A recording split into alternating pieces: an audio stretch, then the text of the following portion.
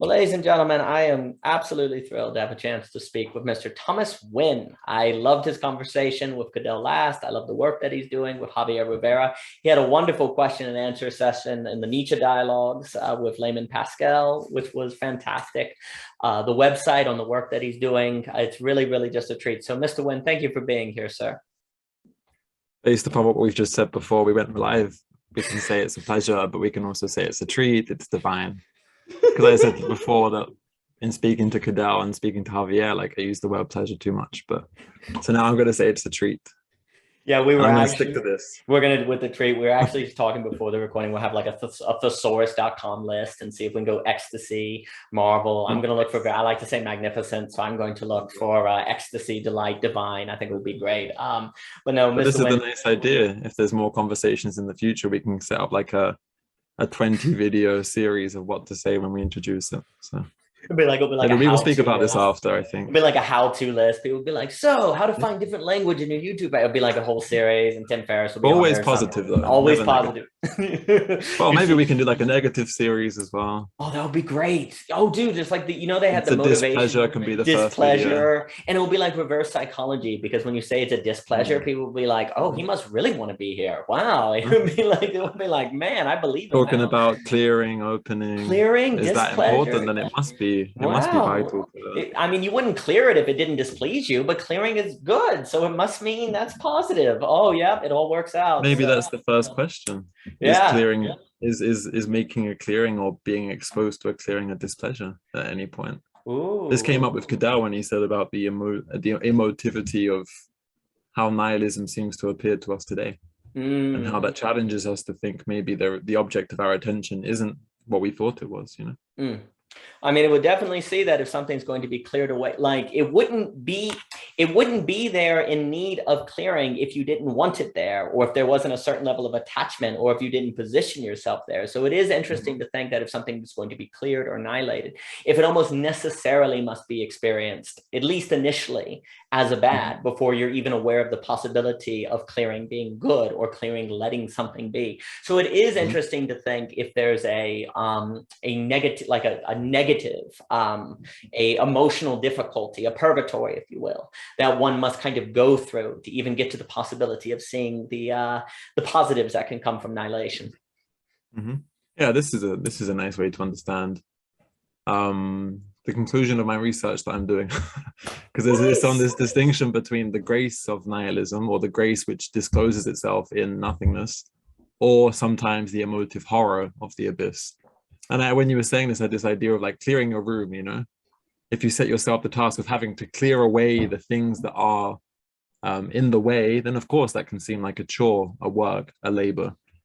But I think what I'm interested in is to see how what you thought was disrupting the clearing was itself nothing. So actually the only task that we have before us is to clear away the idea that we have to clear away the clearing. If that makes sense. Like the objects that are preventing us in our desires, in our fixations, in our addictions are themselves, okay, this is a bit different with addiction, because addictions can involve chemical imbalances and all of this, but generally speaking, the objects of our desire that cause us so much trouble, I think the way to overcome many problems in life is to realize that what you're focused on is itself imagined in your mind, you know. For example, like stopping to smoke cigarettes. The hardest part of this, in my experience when I was younger, was if you fixate yourself on the idea of quitting smoking, you're placing the object of your desire, meaning to stop smoking, in the way of the actual moment in which you say no to cigarettes, because you're so fixated on the idea that having the clearing, the opening of not smoking, is always prevented because you think you have to clear it yourself. Whereas I think a lot of things in life are very graceful, where when you stop by not having to try and stop, but you stop because you see that you don't need to not stop, but you can if you want to. There's no legislation, it's a kind of grace, if that makes sense. That's really nice. But yeah, that's just an example that came. No, I really like this example. Topic, maybe. And I really like what you're talking about, the grace and horror of quote unquote nothing, and how there's some say which is grace, but it's the same subject from certain perspectives that determine if it is, say, a horror or grace. It also makes me think it's important to realize, like in the Bible, for example, In the Old Testament, we tend to have this image of angels being like cute babies, cherub things, but angels are pretty terrifying. These messengers of grace in the Bible are like wheels and wheels, or these months, like these animals with four faces. And the line between like beauty and horror and weird and divine is very blurred in a lot of classical literature. I mean, you can even things like Krishna and Hinduism. He's got blue skin, and he's like It's like these weird imagery, and yet it's also suggested to you that there's something good about these creatures or these beings. And today, unfortunately, a lot of times, especially in like spiritual thinking, we make very clear lines between good spiritual imagery and bad spiritual imagery, which can contribute to a failure to understand that the same subject, like the message of grace, can come in the form of something that's kind of horrifying. And it also makes me think, since you brought up the language of grace, I think very highly of a Southern fiction writer named Flannery O'Connor. And basically her whole message was that within a Christian theological schema, is that people think of grace too sweetly. Grace usually is, my favorite image is it's a bull kind of caring. Yeah, it's like grace is kindness. But really, for Flannery O'Connor, grace doesn't tend to reach sinners unless it's violent. It has to be the form of like a serial killer with a gun and say, good man is hard to find. Or it has to be a bull with a horn that stabs through you in Greenleaf. Or it has to be a suicide in The Lame Will Enter First. And that's the only thing that wakes people up when they're really enclosed in themselves. If someone gives you a nice present and says, Jesus love you, they couldn't care less. But if their entire world falls apart because of their egotism or whatever, then they open up to the possibility of grace. So Flannery O'Connor, and I also think writers like Dostoevsky, Flaubert, they would be a different subject. They also understand this. But when you think of nothing as potentially having the same, it's difficult because it would seem in the modern mind, it's hard for us to think of the same subject relative to different orientations, in one sense, in one way being in a horror, and in another way being a grace.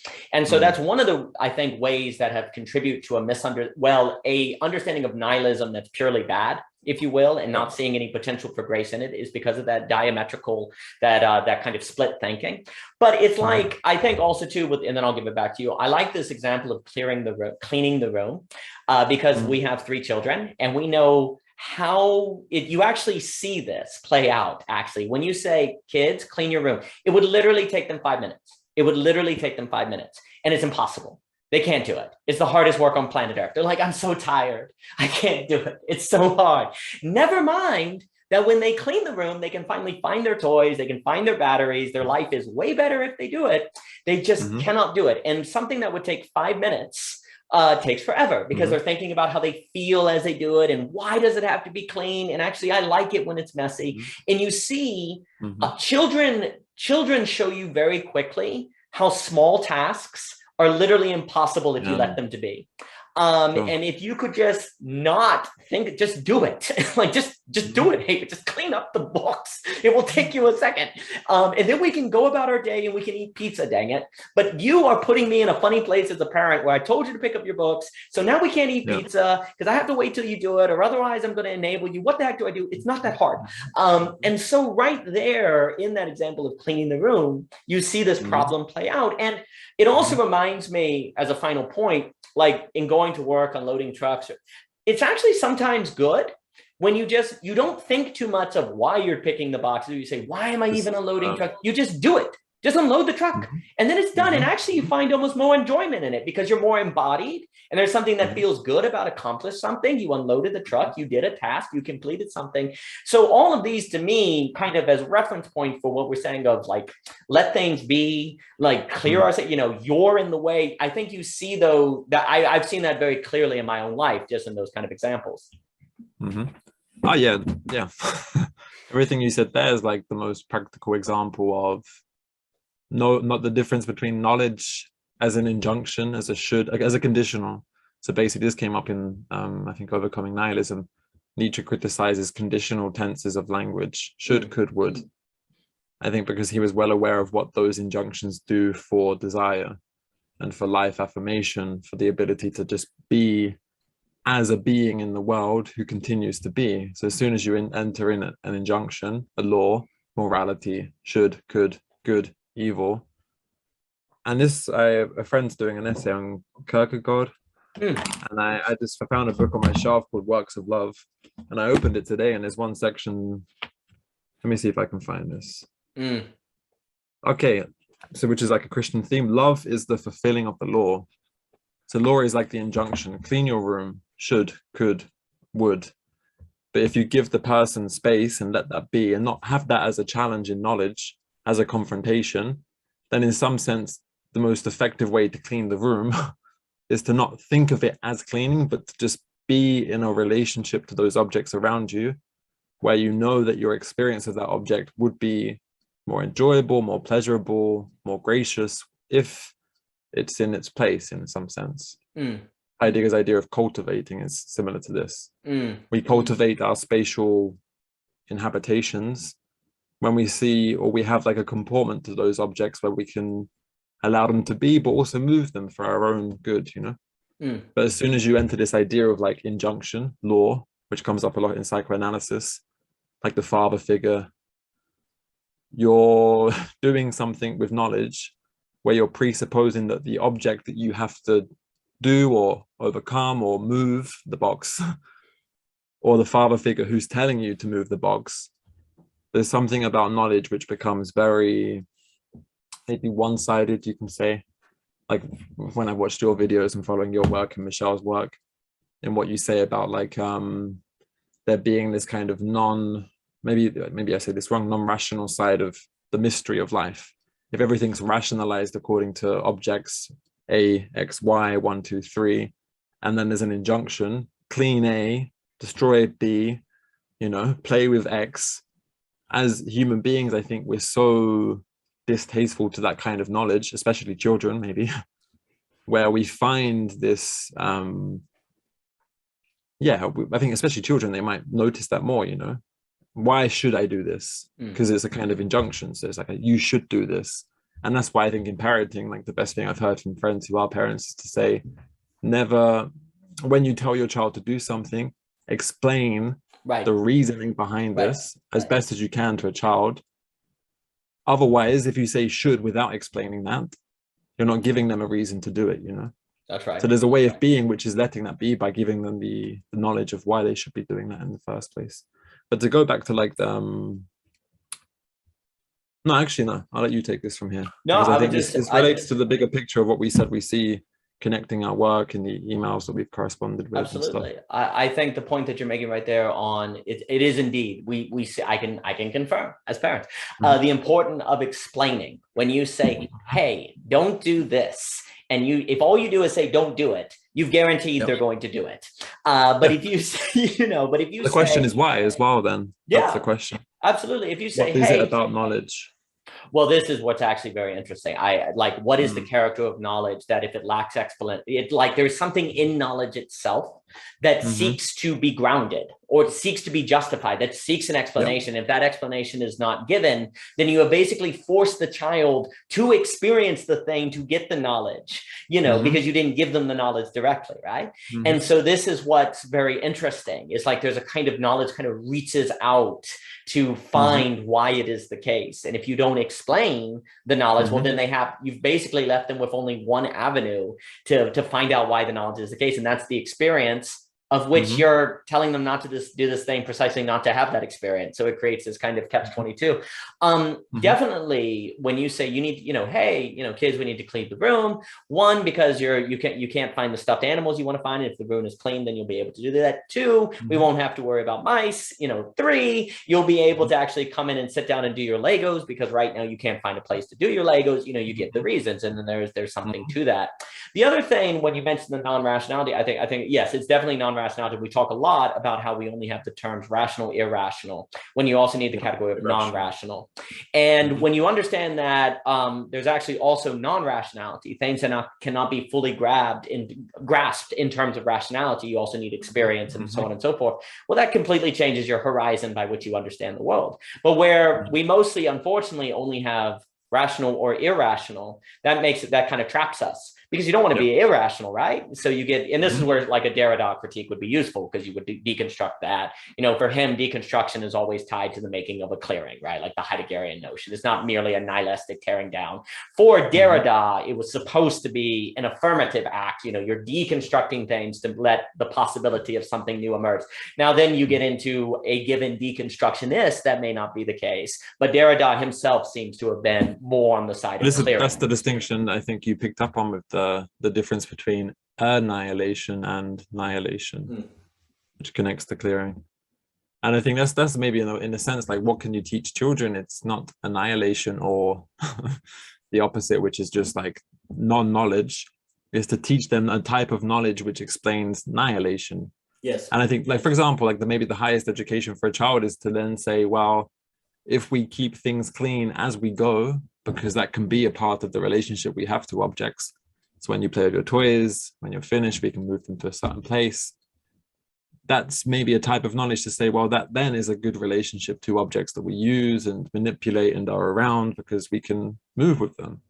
We don't have to like build them up as a object of like this in the way. We can actually move with them in a particular way where they don't really disturb us in that sense, And of course, then if you think about that in older life with like addictions, if we have relationship to like alcohol and drugs, which isn't making the object a mountain in front of us in the first place, then we can continue to have a nice glass of wine, a few beers down the pub with friends, and we're not either overly objectifying alcohol as a sin in itself, as a problem in itself, because I think then that creates a type of dynamic, which means people can then really spill into it when they have a bad day, or the opposite, or seeing it as a complete no-go.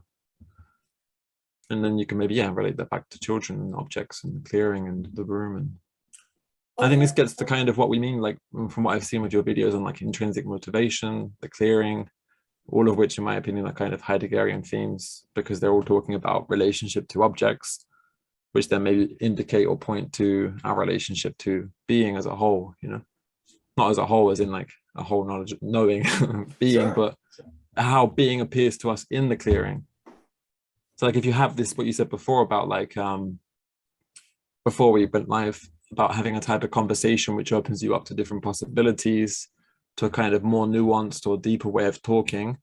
I think, like we said, that in itself opens you up to the idea that maybe being itself or existence itself can be graceful. Absolutely. Because it's giving you that space in which you can have a more meaningful conversation.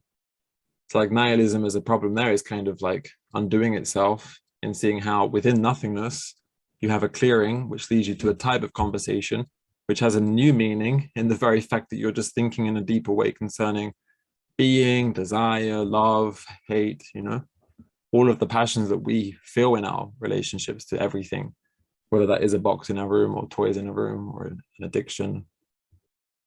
And I think this is why Heidegger is so interesting for me, because he's making stuff that I also see in Hegel and Nietzsche, and he's turning it more into like the everydayness of things.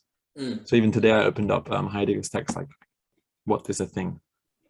Because I knew that we were having this conversation. I wanted to kind of refresh myself on Heidegger, because it's been a few months since I've actually touched him, which is always a shame. But yeah, so this is a nice, I think, yeah. Oh, beautiful. Well, first off, I salute you for being the kind of person that feels bad because you haven't read Heidegger in a few months. Most people do not have that feeling. A yearning. So good for you to have that yearning. That yearning says something positive, my friend.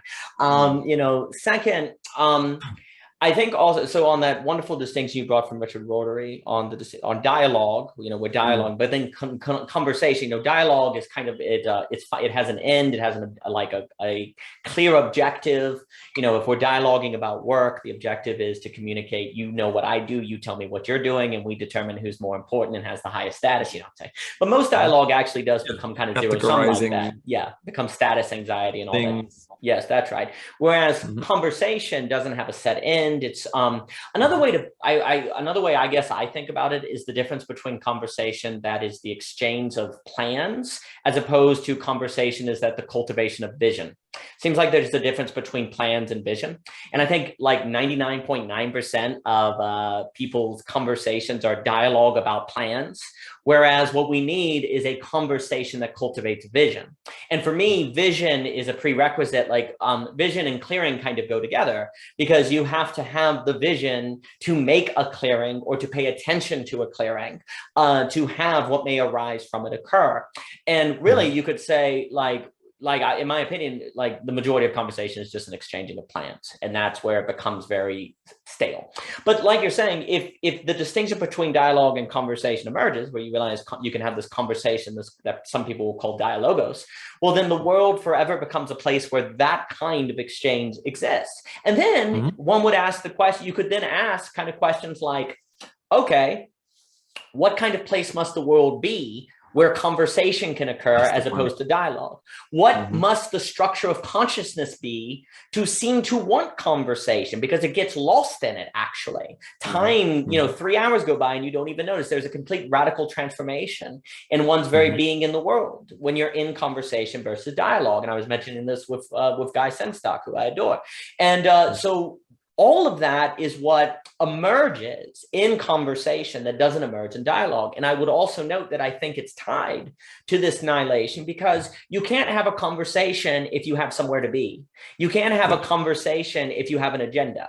You can't have a conversation if you're trying to one up. So you have to you have to annihilate all that, right? You have to clear aside all of that, and so you create a clearing. Conversation only seems possible in clearing, if you will. And dialogue is what happens when there's an exchange without clearing. Maybe that's the distinction. Dialogue is what happens when there's exchange without clearing. Conversation is what can occur when there's an exchange with clearing.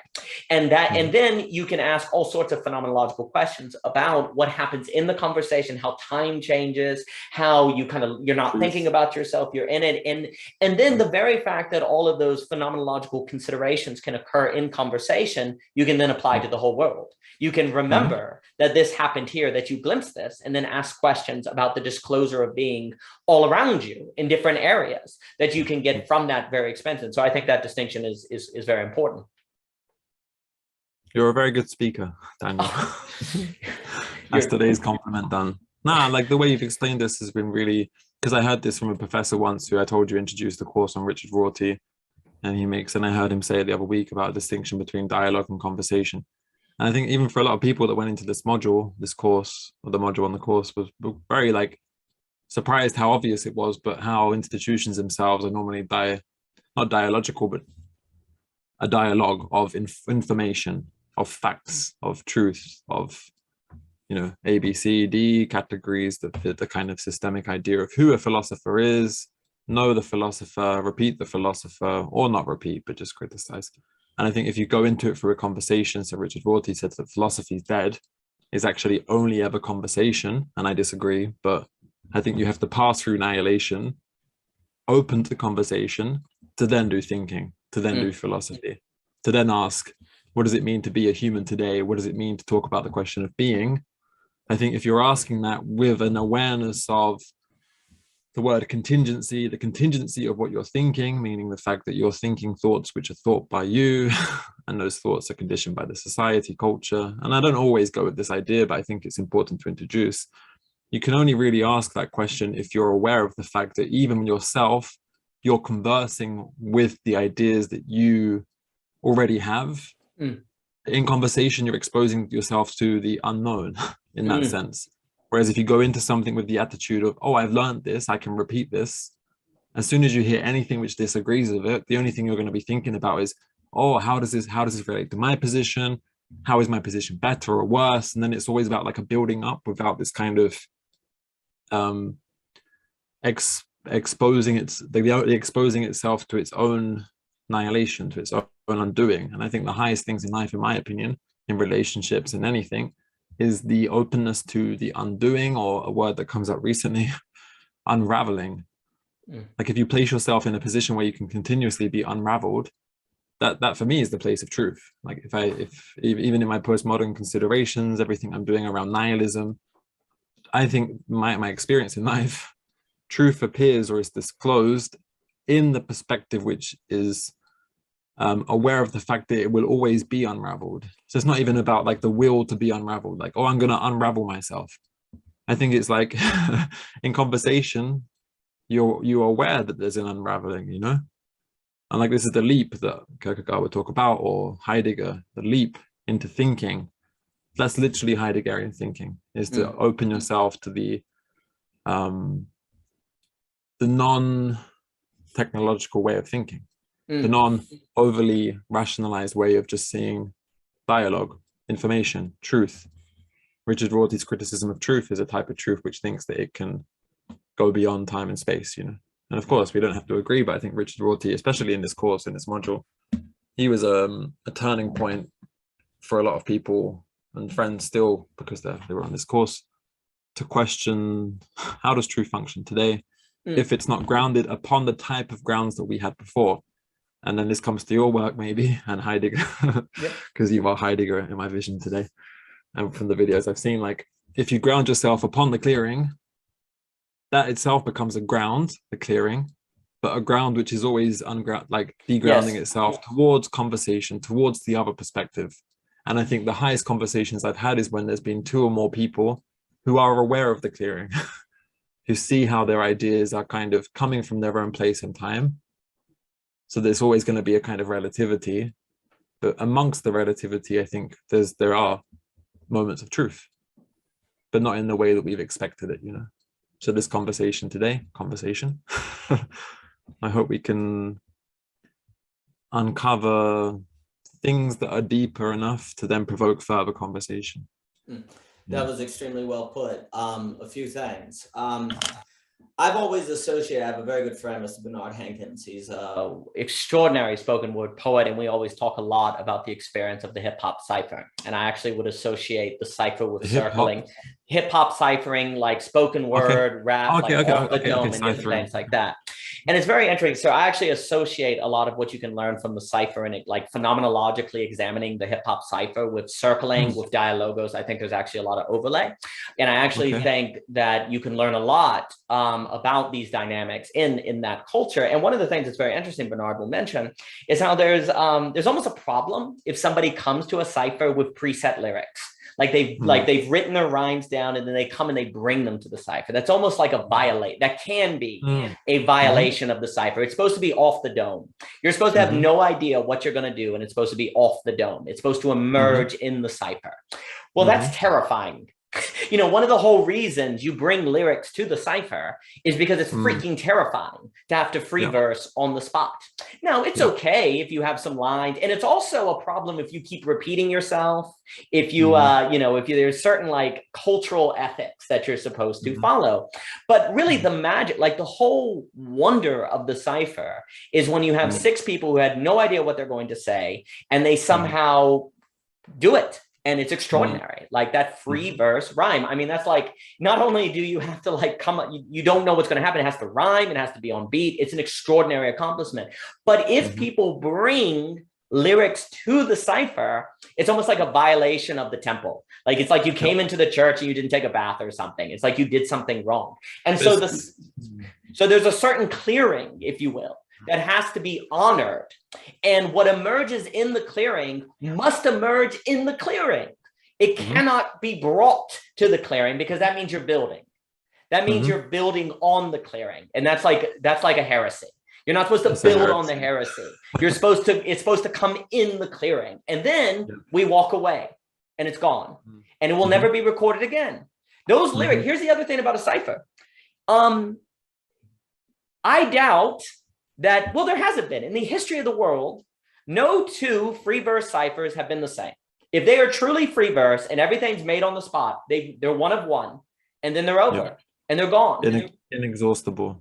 That's right. And this is what's wild about it. It's inexhaustible, and yet it's one of one. There's annihilation that occurs with every one, because there's always this inexhaustibility, but every cipher that occurs is the only cipher that will ever be that cipher. And yet that dialectical balance is precisely a certain unveiling of being, of the way that humans are, that can only be known that way. And if you violate the temple by, say, recording it or bringing lyrics to the cipher, you lose that. And so this is, and And then the question is the following. Is there a truth that emerges in the cipher? Is there a truth that emerges in the cipher? Of course there is. Maybe not an objective truth that I can use to sort of organize society, but there is a truth about one, human beings are beings that can make magic happen off the dome. They're able to gather in this cipher structure. Clearings can make things happen that are not pre or planned. There's all sorts of truth about the nature of the world, if you give me, the nature of reality, that the cipher unveils. And would it make any sense to say, oh, that's just subjective? Oh, that's just subjective. No, it happened. I was there. I saw it. It's gone now, but it was there. That indeed, I think you're very astute, Mr. Winn. That is indeed the sort of phenomenological experience, which for me becomes the kind of ground of truth that when we talk about today. And it's interesting because, usually philosophically, when people talk about a ground, that's a kind of solid, non-conditional thing. For me, the issue is that the cipher or the circle or the dialogos, these are glimmers. These are conditions. There has to be certain conditions, and then it emerges. I like Japanese thought. If there's a certain architecture for the room that makes the in praise of shadows, then you see the shadow. There's a certain condition that makes a veil versus a wall. For me, truth, for me, the problem with Richard Rorty, as I have a fairly deep respect for a lot of pragmatism. It just depends on what you mean by pragmatism. But the problem with Richard Rorty, and now I've just come, I'll talk about phenomenological pragmatism, which you can associate with Hegel's concreteness. So blah, blah, blah. Anyway, and then you have C.S. Peirce. But anyway, the problem is that Richard Rorty is fitting, his notion of truth within a subject-object divide. He's also fitting it in a subjective version, and he stays there a lot. And he's also quite Kantian. And, with that sort of divide. And the issue is that, sure, if you are trying to erect a truth on grounds of objectivity, that can be a problem. But if you instead try to suggest the possibility of truth unveiling itself under the right conditions, that's very different. So for me, the third category, generally what I'll talk about is you have objectivism, relativism, and I like to talk about conditionalism, that there are certain conditions that you can set that allow something to unveil, and clearing would be a condition. You create the condition of clearing, and also very importantly, and then I'll give it back to you, conditionalism is important because you have to condition yourself. What do you do when you go to the gym? You condition yourself. So creating conditions for being to disclose itself also requires you to condition yourself to be the kind of being that can meet those conditions. And that gets into annihilation, because you have to annihilate your pride. You have to annihilate your desire not to be humiliated in the cipher. Because, why do you bring lyrics to the cipher? You don't want to be humiliated. You don't want to have your ego destroyed. You don't want to face the anxiety and fear of walking into the cipher, not knowing what you're going to say. Well, you have to annihilate all of that anxiety. And that's the kind of purgatory stuff we were talking at the beginning. Or else, and you have to thus condition yourself to be able to do that, or you will not be able to contribute to the conditions that make possible the emergence of the cipher. If you want to contribute to those conditions, then you have to condition yourself to be the kind of person that can contribute to those conditions. And that's a lot of self-work. That's a lot of annihilating of your ego. That's a lot of facing of fear. And that's also a lot of skill and work, right? And the last point I'll make to it, the reason why I like the cipher so much is because you do a whole lot of work, a whole lot of thinking, a whole lot of labor, and then you walk into the cipher and forget it all. You have to be in the cipher. And that's what I think we're talking about, thinking. If you're thinking too hard, it screws it up. Isaiah Berlin, this is how I like to think of it. Isaiah Berlin famously, before he gave one of his presentations, he would write tons of note cards. He'd tons of note cards, write them all in. And then when he went on the BBC radio, he'd throw them all away. He'd bring them. He wrote them as a practice to get it in him, but then he didn't read on them. And very much I see Heidegger, I see a lot of Hegel. That's actually a lot of for me, there's a lot of nihilation in that, where you're doing a lot of work. It's not that you're not reading. It's not that, but what you're doing is you're also, it's a courageous act. There's also a courage in annihilation in this way, because you're saying, I'm doing what I need to do to condition myself to be the kind of person that can then add to the conditions needed to create the cipher, to create the emergence. And so, that example of Isaiah Berlin also comes to mind here. I'm reading, because I'm doing a module at the university teaching on Plato and the Good Life. And we've just read the symposium. And there's a speaker just before Socrates who realizes that Socrates is going to come on to speak. And he's like, how can I ever compete with Socrates? I feel like the reverse with you now. Like everything you've just said is like, no, not really. Everything you've just said about like the conditionalism, but a type of conditionalism, which in my opinion relates to letting, which is Heidegger. This is literally the whole thing I enjoy in philosophy, is how does truth appear? It appears not in the objectivist idea of like A is true compared to B. Truth appears in the moment that we are letting the event unfold of itself and realizing that there's a we can characterize that event as being graceful. So Right. grace is a way to signify the truth of being in precisely the way that you've just said. But I can maybe step back a bit, because what you were saying about this conditionalism, like in a sense, like the task is to condition ourselves to be able to go into the cipher, to learn, to rhythm, to like, to, you know, to read, to write, to make poetry, to think in ways which are deeper than the everydayness of thinking. So we can be a good like Heideggerian and question what is thinking. But as soon as we step in the ring, we have to trust something, or potentially nothing. Within nothingness, within the inability to bring notes, the inability to write and then bring it in and follow the writing as we wrote it out 2 days before, we have to trust something that enables us to then flow.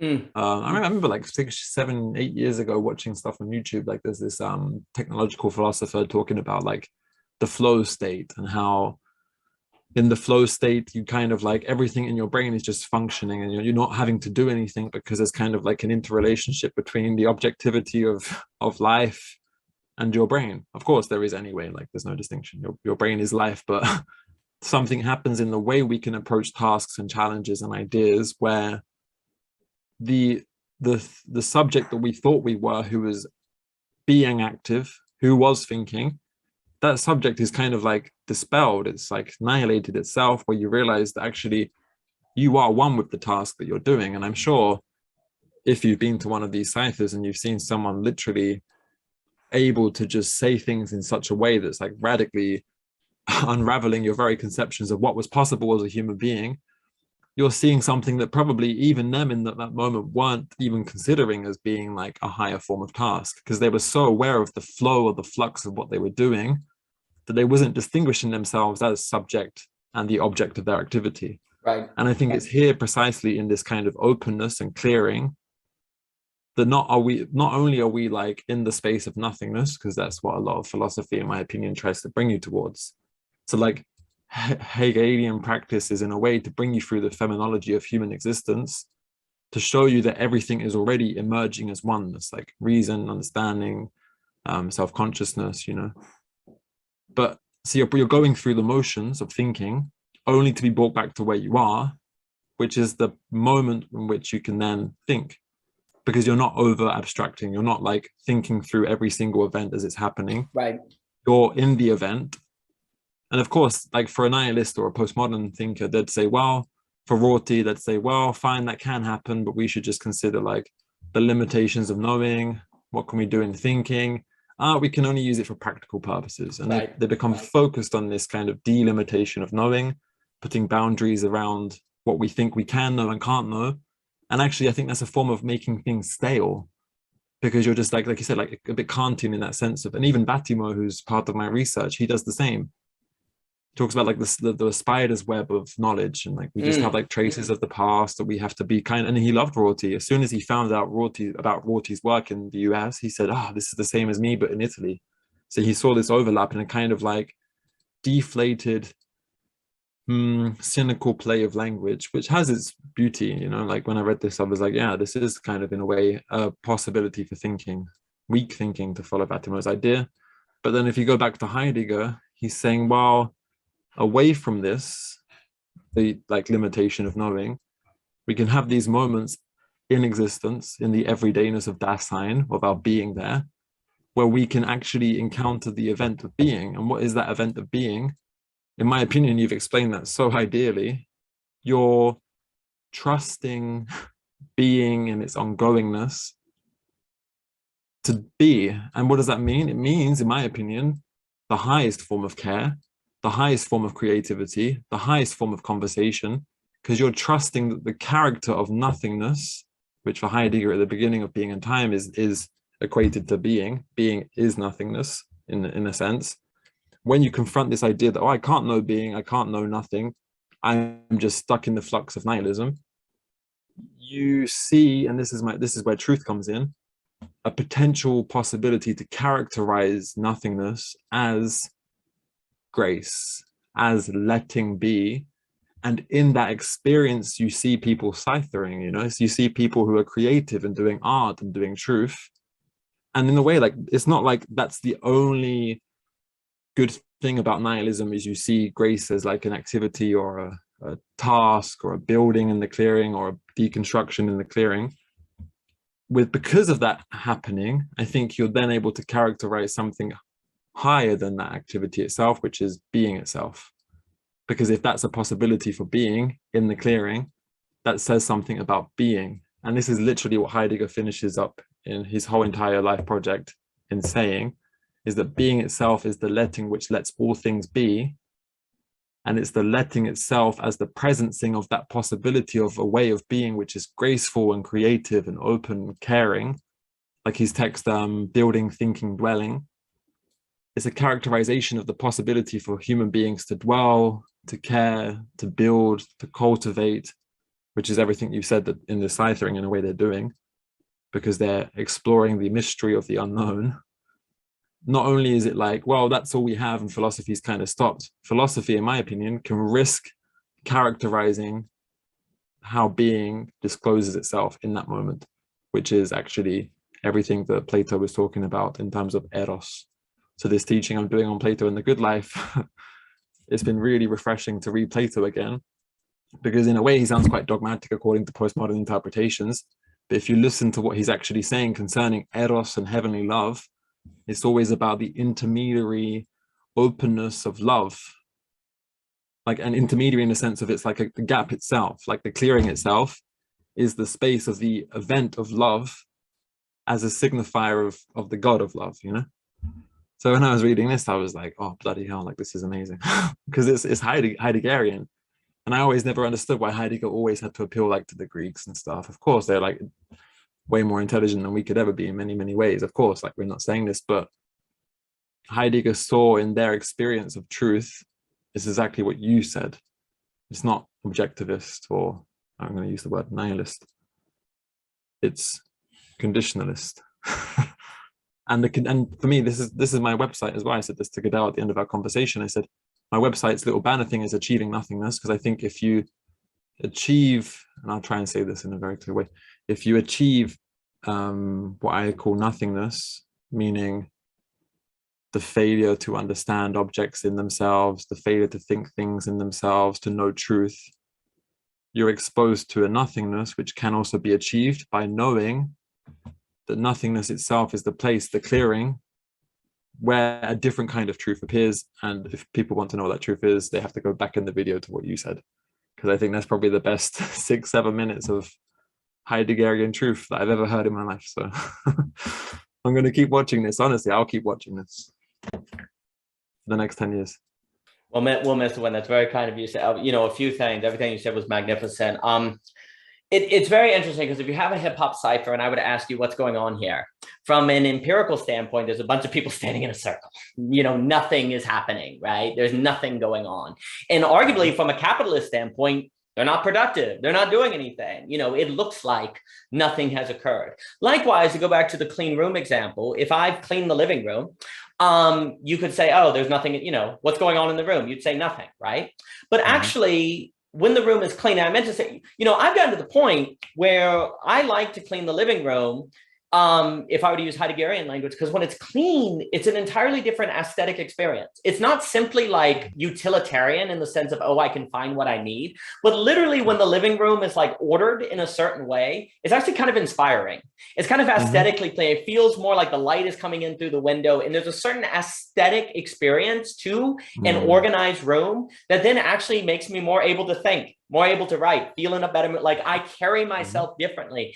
And it's hard, you know, that sort of, there's a sense in which when you think of cleaning a room purely into, and I meant to say this earlier, like into, you should clean your room.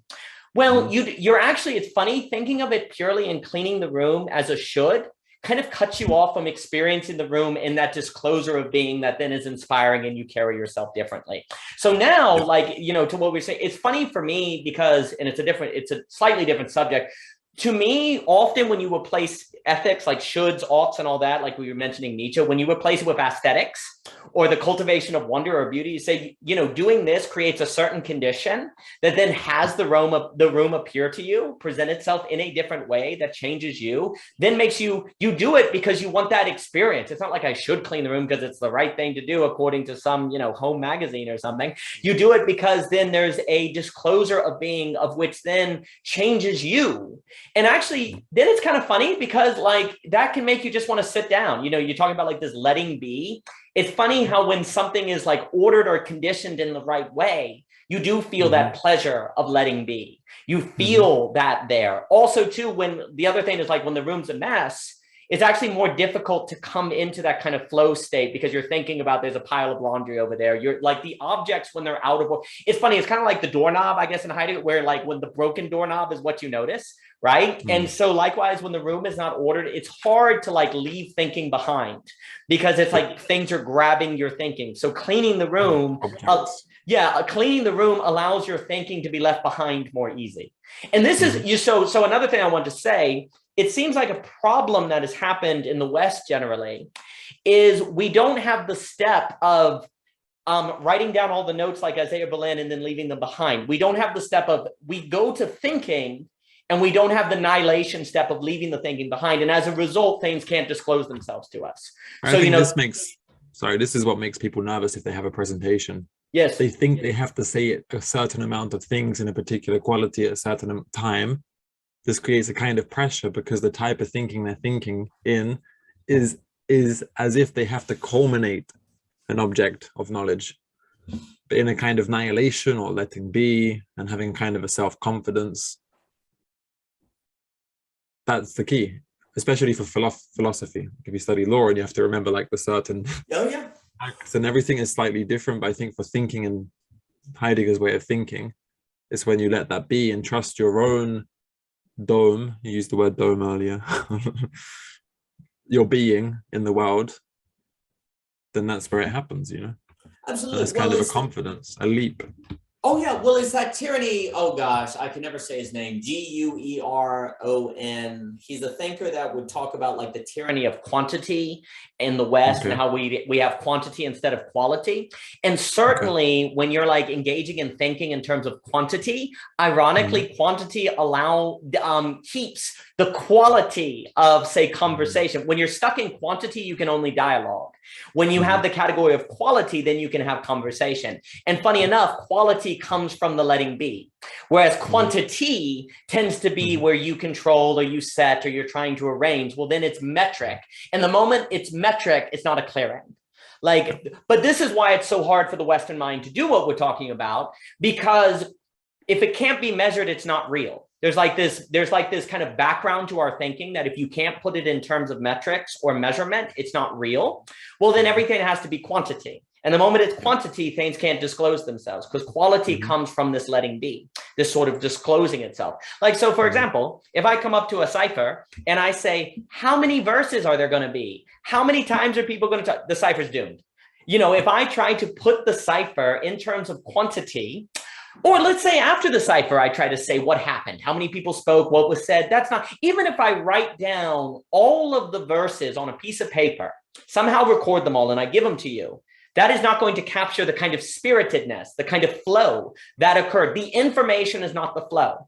I do think flow, you mentioned flow. I actually do think that's a very helpful reference point and mental model for this conversation. Like what exactly people mean by flow is a different matter. But if we go to Mikhail Kaczynski, who I can never, he wrote a book on creativity, flow. He's pretty smart. I really like his original book. But flow is this state and this state of self-forgetfulness. I'm a big fan. So you know how Timothy Keller had a really good book and he says, we have two categories. We have self-this and selfless, right? You know, generally people talk about self-this and selfless. We need a third category for Mr. Keller called self-forgetfulness, where you just forget the self. Because if you're being selfless, you're still thinking about yourself, right? But like if you're selfish, you're thinking about yourself. So it's basically like he references that C.S. Lewis point where Lewis is like, you don't think about your thumb. You just use it, right? If you were thinking about your thumb, you would be dysfunctional. And likewise, if you spent all your time thinking about how you didn't use your thumb, you would be dysfunctional. So you have thumb forgetfulness. So likewise, you need self-forgetfulness. You don't even think about yourself because you're just using it. You just are it. And for me, a lot of nihilation is this kind of forgetfulness, which is not forgetfulness in a kind of careless sense, but a sort of letting be, like not focusing on it. And really what's funny, and I can tell you, from all of my attempts at sucking at Cypher, that if you think about what you're going to say next too hard, if you think too much about yourself, you screw it all up. You can't do it. You literally have to engage in a kind of self-forgetfulness for it to occur. And you see this in, because for me, like Cypher is kind of on the same gradient as conversation, dialogo, Cypher, circling. These are all kind of on the same gradient. And you see the same thing happen where if you're in a conversation, but suddenly you go, oh crap, what am I going to say next? It turns into dialogue. Just like that. Yeah. You have to perpetually maintain the kind of self-forgetfulness of the letting be, because the revelation, for me, kind of the secret of Heidegger is the realization that when you let things be, stuff happens. Stuff happens. But what happens is quality per se that cannot be quantified. So here's the funny thing: relative to quantification, it doesn't exist. Nothing is there. But really, relative to quality and experience, there's something there that's more alive than anything you've ever experienced before. There is absolutely something going on in a cipher, in a conversation, in a flow, in a clean room, in a well-ordered room that cannot be quantified, and thus will seem to metrics not to exist, to be nothing, that is actually extremely real, is actually completely transforms your horizon of understanding the world and what's possible in it. It creates a new form of motivation. It creates a new form of apprehension because you carry the memory of this experience with you, but it can only be known in the conditions of its possibility. And those conditions of its possibility can only be accessed if you've conditioned yourself to be able to access those conditions. And so it's a two-way street. There's not a subject-object divide because both are in the realm of conditionalism. Both of them are conditioned. Both of them are material of condition. And if you do the work to be able to annihilate your need for, say, objective, like, for example, to engage in conditionalism as we're describing, you have to annihilate your need for an objective truth. You have to annihilate your need of knowing what you're going to say in the cipher. But you also have to annihilate your temptation of saying that the cipher is just a game and it doesn't really matter, which would be just reducing it to subjective taste, right? So both subjectivity and objectivity create mechanisms of pushing away, not paying attention to the cipher, where conditionalism says, no, the cipher is something that I can only get that kind of disclosure of being by conditioning myself to the place where I can experience it. And then when I ask the question, is the cipher true? It would be absurd to say it wasn't. But it is only in those conditions that that idea of truth, that notion of truth as so disclosed, is possible. And so if you have a Western world that doesn't do it, well, there is no such thing as truth, because indeed there is no such thing as truth in the manner that we are expressing, except in the conditions of its disclosure, which if people choose not to engage in those conditions, then relative to them, it does not exist, and they will not exist in a world that unveils that horizon. And so, quote unquote, empirically and objectively, there's no such thing as truth. Yeah. I feel like we could finish this conversation now and I'd be happy for the next 10 years of my life. Literally, I feel like everything I'm trying to do to understand Heidegger, place him into today, place him into the everydayness of like the problems that evolve around, we evolve around today, like nihilism and relativity and contingency. There's like, because there's the idea, like you can't quantify this type of being in the cipher. You can't quantify it. So for the person who wants quantifiability because they think that's what knowing does, it's rational, it gets to the thing in itself, it knows it, it can play with it as an object of knowledge. To talk in this way about the quality of knowing, which involves truth, in my opinion, in your opinion, there's a block in the type of knowledge which tries to seek it through quantity. And even like I made a note on Hegel as well, like Heidegger's book on Hegel, he talks about this concept of I think it's like on the phenomenology. This word always does me in. It's a word I see every day. phenomenology of spirit. Yes. Heidegger wrote this book, and he starts off by saying, what is absolute in Hegel? And he distinguishes between quantity and quality of knowing. So he talks about how absoluteness for Hegel is 100% about quality. It's nothing to do with quantity. It's not about building up an absolute system of knowledge where you know everything in the absolute way, because there'll always be modes of knowing which are relative to the discourse you're using. So that's like a Heideggerian understanding, is how you approach the thing is how it will appear to you, you know? So if you see it as like a mathematical object, it will appear to you in a mathematical way. If you look at something's diameter, like geometry, it's going to appear to you in its geometrical form, and there will be a type of truth there for Heidegger. For Hegel, if you want to understand what the self is, if you approach it as quantity and the knowledge of quantification, you'll always find a failure. So that's like the beginning stage of the dialectic, you know? If you approach objects in their everyday consciousness as if they are just quantity, you'll always find a failure, because you'll have that presentation where you've quantified your paper, you'll speak it, and you'll know that something didn't connect to what? To life. And maybe our society is so obsessed with quantity that everything we do has this lack of meaning, the meaning crisis, which is obviously a big thing, nihilism, because it's trying to find truth in quantity. It doesn't find truth. So the alternative is like knowledge or nothingness, you know? Actually, what that means is quantity or nothing.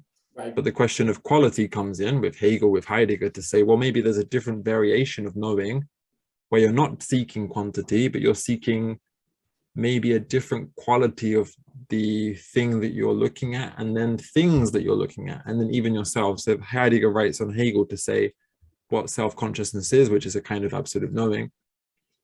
Now I'm going to say it in a different way because my brain's thinking of Heidegger, is when you realize that, and this is kind of Fichte's idea as well in a way, this is how like I read Hegel, and this is the way that Heidegger reads him.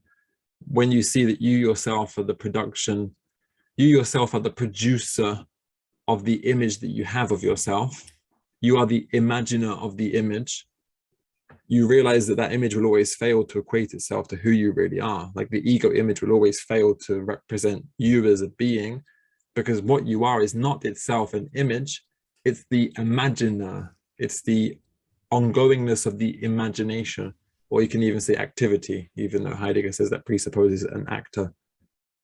But like what, so like this is Fichte's thing, the self-relating negativity, the self-relating I, this idea that you catch yourself not as the image itself, but the ongoingness, you know? Right.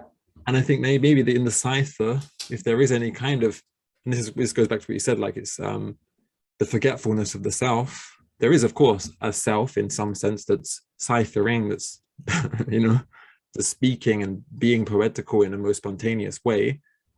So maybe there is a self-consciousness, but it's just the awareness that there's an ongoingness to what's being said.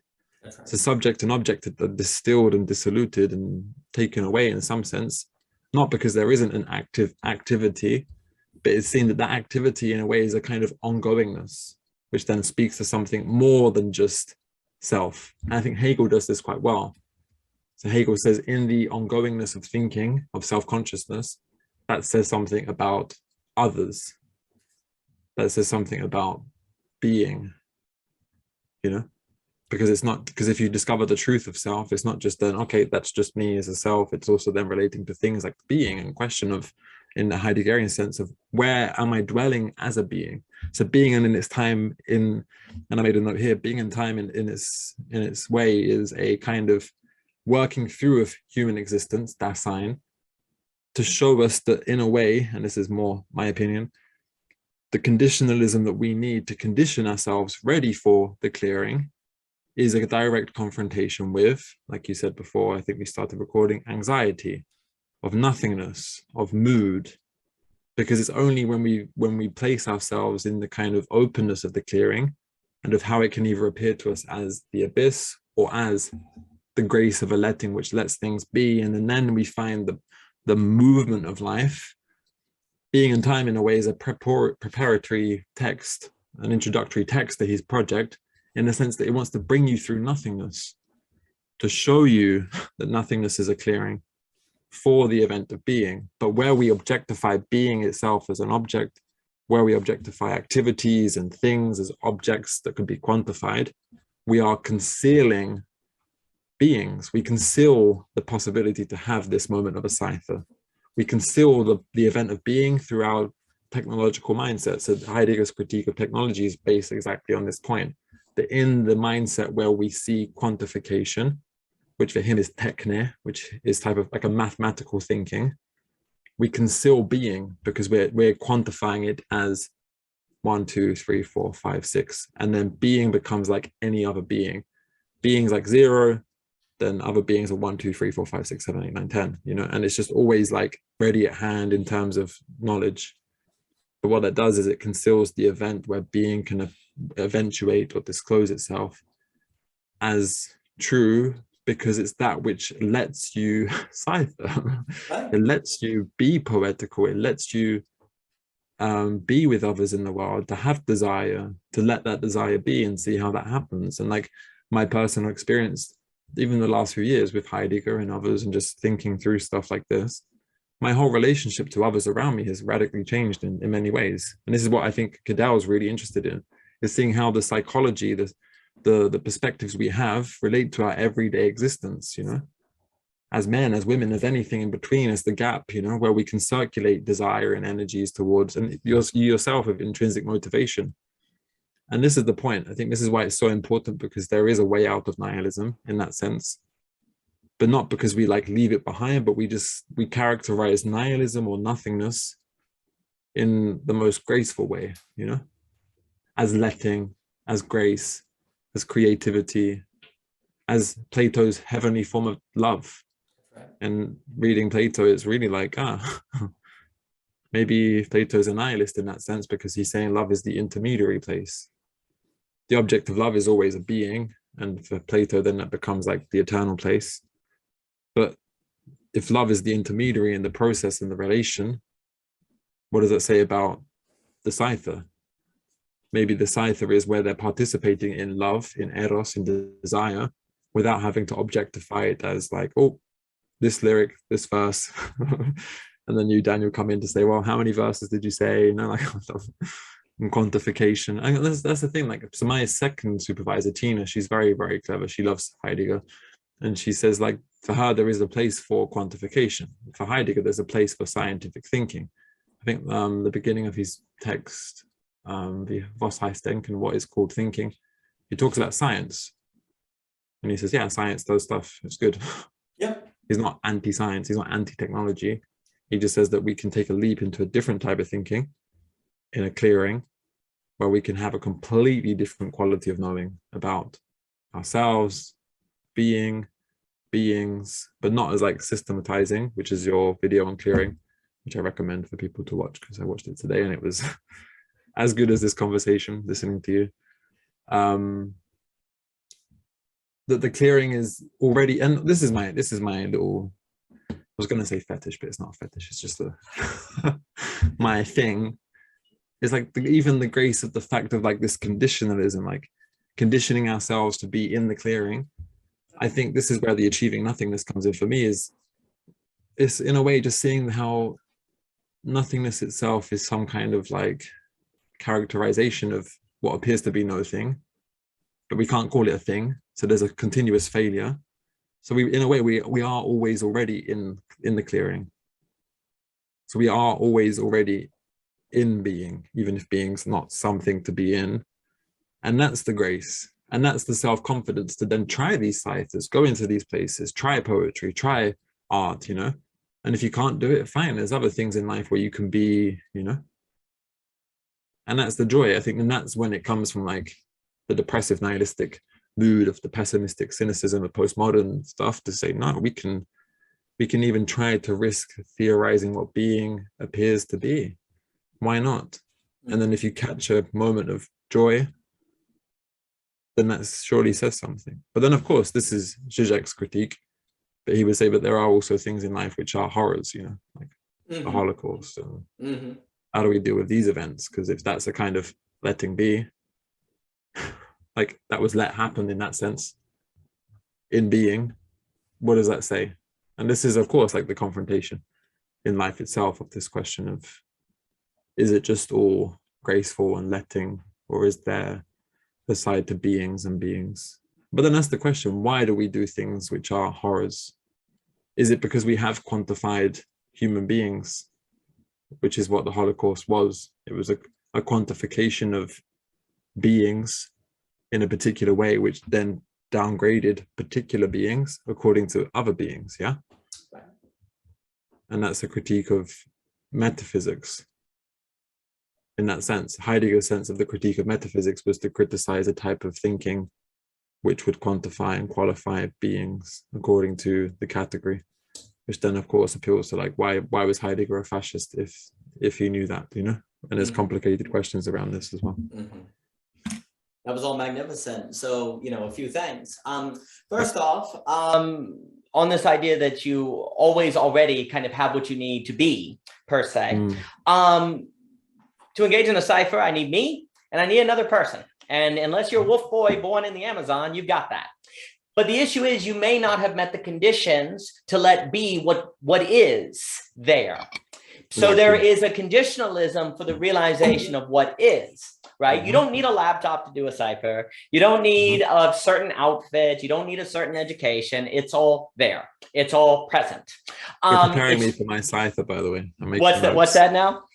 You're preparing me for a cipher. There you go. We're going to go through it. Yeah, I tell you what, we'll get it all together. It'll be great. We'll film it. It'll be magnificent. We'll be on the 8 Mile Trail, you know, sequel. Or it could be absolutely awful. But that contradicted our own. But you see, us facing the awfulness is still a progress, is still a movement and development toward the possibility of engaging in cipher. On the path of the conditioning. Yes, that's exactly right. So it can't be awful. It's only awful if we quit.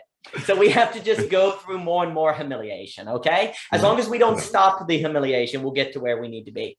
But you see, you know, there's something about the cipher. To me, what's interesting about the cipher, the other thing I'll say is that, you know, classically, people talk about like mind, soul, and spirit, you know, the tripart, you know, logos, thamos, spirit. There's all these kind of notions that there are different parts of the human being, the human soul, so on and so forth. Whatever those may be, I'm of the opinion that they relate to themselves like a cipher, that they in fact relate, like the soul relates to itself in a cipher kind of manner, where it creates a sort of, and what happens is when you engage in a cipher, you externally experience a notion of what you are, that if you don't have that experience, you wouldn't have that notion to understand yourself. And so this is where, you know, you can see the experience actually changes self notion, which then you encounter the cipher, you then get the idea that ciphers exist, then you get the idea that you might be a cipher, and then you can enter the cipher as someone who also identifies with a cipher that then transforms the quality of the cipher, you see?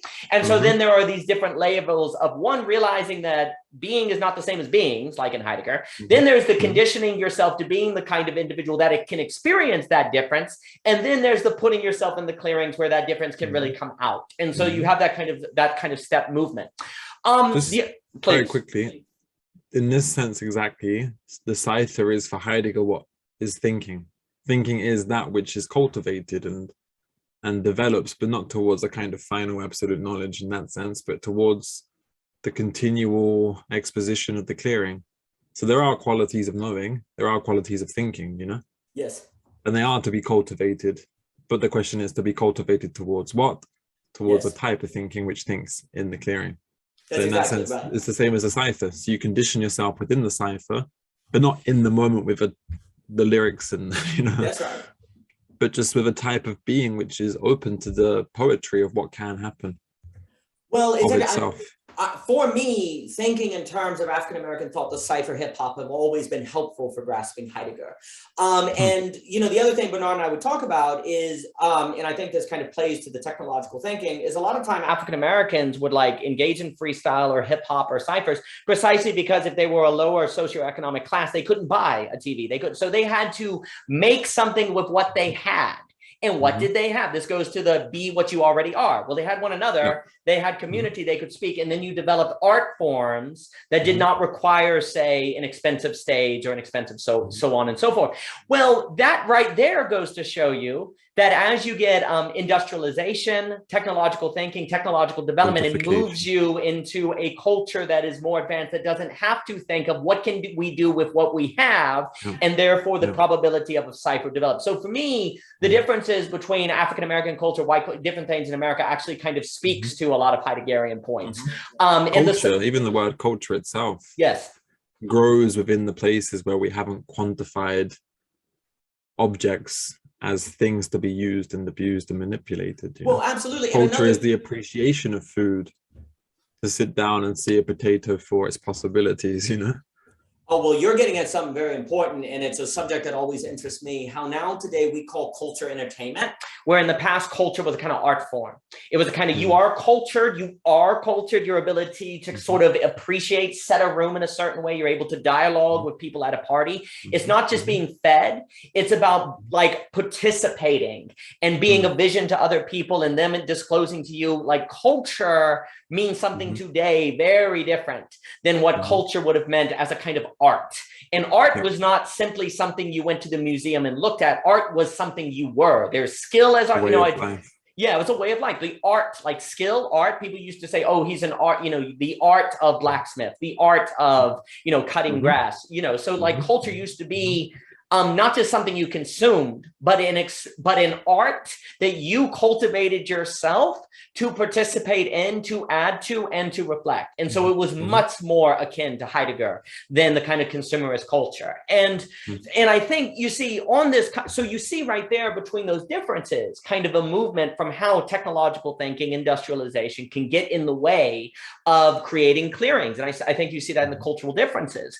Now, at the same time, so a few more things. On this kind of interesting question of quality, you know, I'll go back to that language of quantity and quality. It would seem as if quantity is something you have to go through to get to quality. So there's this kind of, so it's almost like if I were to use, I always talk about David Hume and the philosophical journey, where you start in common life, you know, you're just kind of born, then you go on the philosophical journey where you go to the ivory tower. But then for Hume, if you stop at the ivory tower, that's a big problem, because then you don't embed yourself back in a common life and you tend to become a tyrant or arrogant or whatever. So you have to return to common life, but you don't return in the same way. Like you are now philosophically, you have a different kind of being that you're bringing to common life, you could say, right? So you have to go through a risk. You must go through the ivory tower, but there's a huge risk in that. But if you don't, here's the thing, if you stay in common life, then one, he would warn that you're susceptible to manipulation because you don't have the philosophical and intellectual skills to stop someone who comes into your town and controls you. Also, I think you're susceptible in the belonging. Again, we'll talk about the banality of evil with Hannah Arendt. Without philosophy, you're susceptible to evil being every day and just participating in it like Nazism and not knowing about it. But then if you leave the common life and you gain philosophy, David Hume warns you may fall in like, you know, basically the French Revolution, where you tear everything down, you're going to replace it with an idea, but it's not, you're not letting things be, you're replacing them, right? So the key is to return to common life, but that's really, really hard, because there's a humbling there, there's an anxiety you have to face. Annihilation. There's annihilation. What Hume is describing is fundamentally, the return to common life is fundamentally a kind of annihilation. Well, likewise, if you don't go through quantity, then you might have poverty, you might struggle to organize society, you might not have Zoom so that you can talk to one another. But the issue is that it seems very difficult to go through quantity back to quality. That seems to be the trick. You start in a stage where you're not living according to quantity, right? You're, you know, human, you're not. And then you advanced into quantitative thinking, which allows you to create laptops and supply chains and all these different things that are very good. And it seems really, really hard to not just stay there in quantity, to go into a quality that is enabled by quantity. In the same way that it seems to be very difficult it seems very difficult to be someone who writes a bunch of notes on note cards and then leaves them behind, right? And to what you're saying on Heidegger, not being against quantity, well, yeah, if you didn't have note cards, you couldn't write them all out. Isaiah Berlin seems to suggest that the writing the notes on the note card is a necessary step in his ability to just be. So you have to have quantity to go through. But that means the being of quality always requires risk and temptation. Every time Isaiah Berlin writes down the notes on his card, he has to face the temptation of bringing them on the stage, right?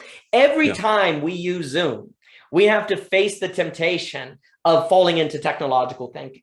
And yet without Zoom, we couldn't have this conversation, which is different from dialogue, right? So the other part is the reason why quantity is not bad is, funny enough, is because it provides a necessary temptation.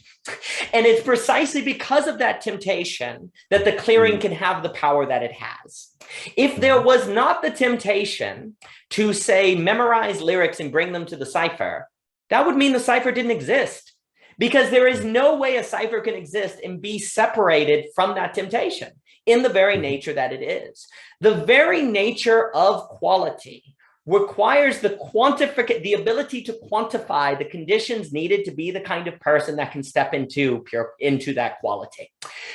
But precisely in gaining those conditions, there could be temptations of saying, oh, I wrote all these notes down, I don't need to leave them behind. Oh, I'm a brave person, I would be able to do the cipher, I just happen never to be able to do it, right? You can come up with all of these reasons why you don't make that step, but that temptation is inseparable from the possibility of clearing and meeting the conditions where the cipher can occur. The last thing I'll say before I give it back to you, we have to understand the moment quality is quantified, it is not quality. Relative to quantity, quality must always be a nothing, because the very way that quantity understands turns quality into something it is not, right? But this appearance of nothing is a result of the nature of quantity to understand, not because quality doesn't exist. And here's the problem. The human brain, especially in the West, is naturally oriented to quantify. That seems to be what we naturally do. I don't want to say always, at least in the West, that's what we're brought up to do, okay? So we cannot help but experience the cipher as a bunch of guys standing in a circle wasting time. We cannot help but understand clearings and quality as nothings, right? But here's the trick. This is the inversion. The very fact that you experience nothing is evidence that there's quality, precisely because you cannot quantify it. So there's two reasons why you may not be able to quantify it. One, because there literally is nothing there. It's literally like a black hole. Or it's because simply the thing that you are trying to quantify is that of which cannot be translated into those quantified terms. So your inability to get the thing that you are examining as anything but a nothing, you flip on yourself and you say, wait a minute, maybe the thing is nothing, not because it actually is nothing, not because it's just a bunch of guys wasting time, it's standing in a circle. Maybe it's because what's going on here is that which can only be understood in a mode of knowing that I don't have naturally or don't have. That is when you have to do the following: make a choice. You have to choose if you're going to step into the cipher, or choose if you're going to look more into this thing that strikes you as nothing. And it is only in that mode, that willingness to have those conditions, and therefore being the person who have conditioned yourself to be able to have that kind of courage and to ask that kind of question. It is only in doing thus that quality can unveil itself, that being can unveil itself, that flow can occur.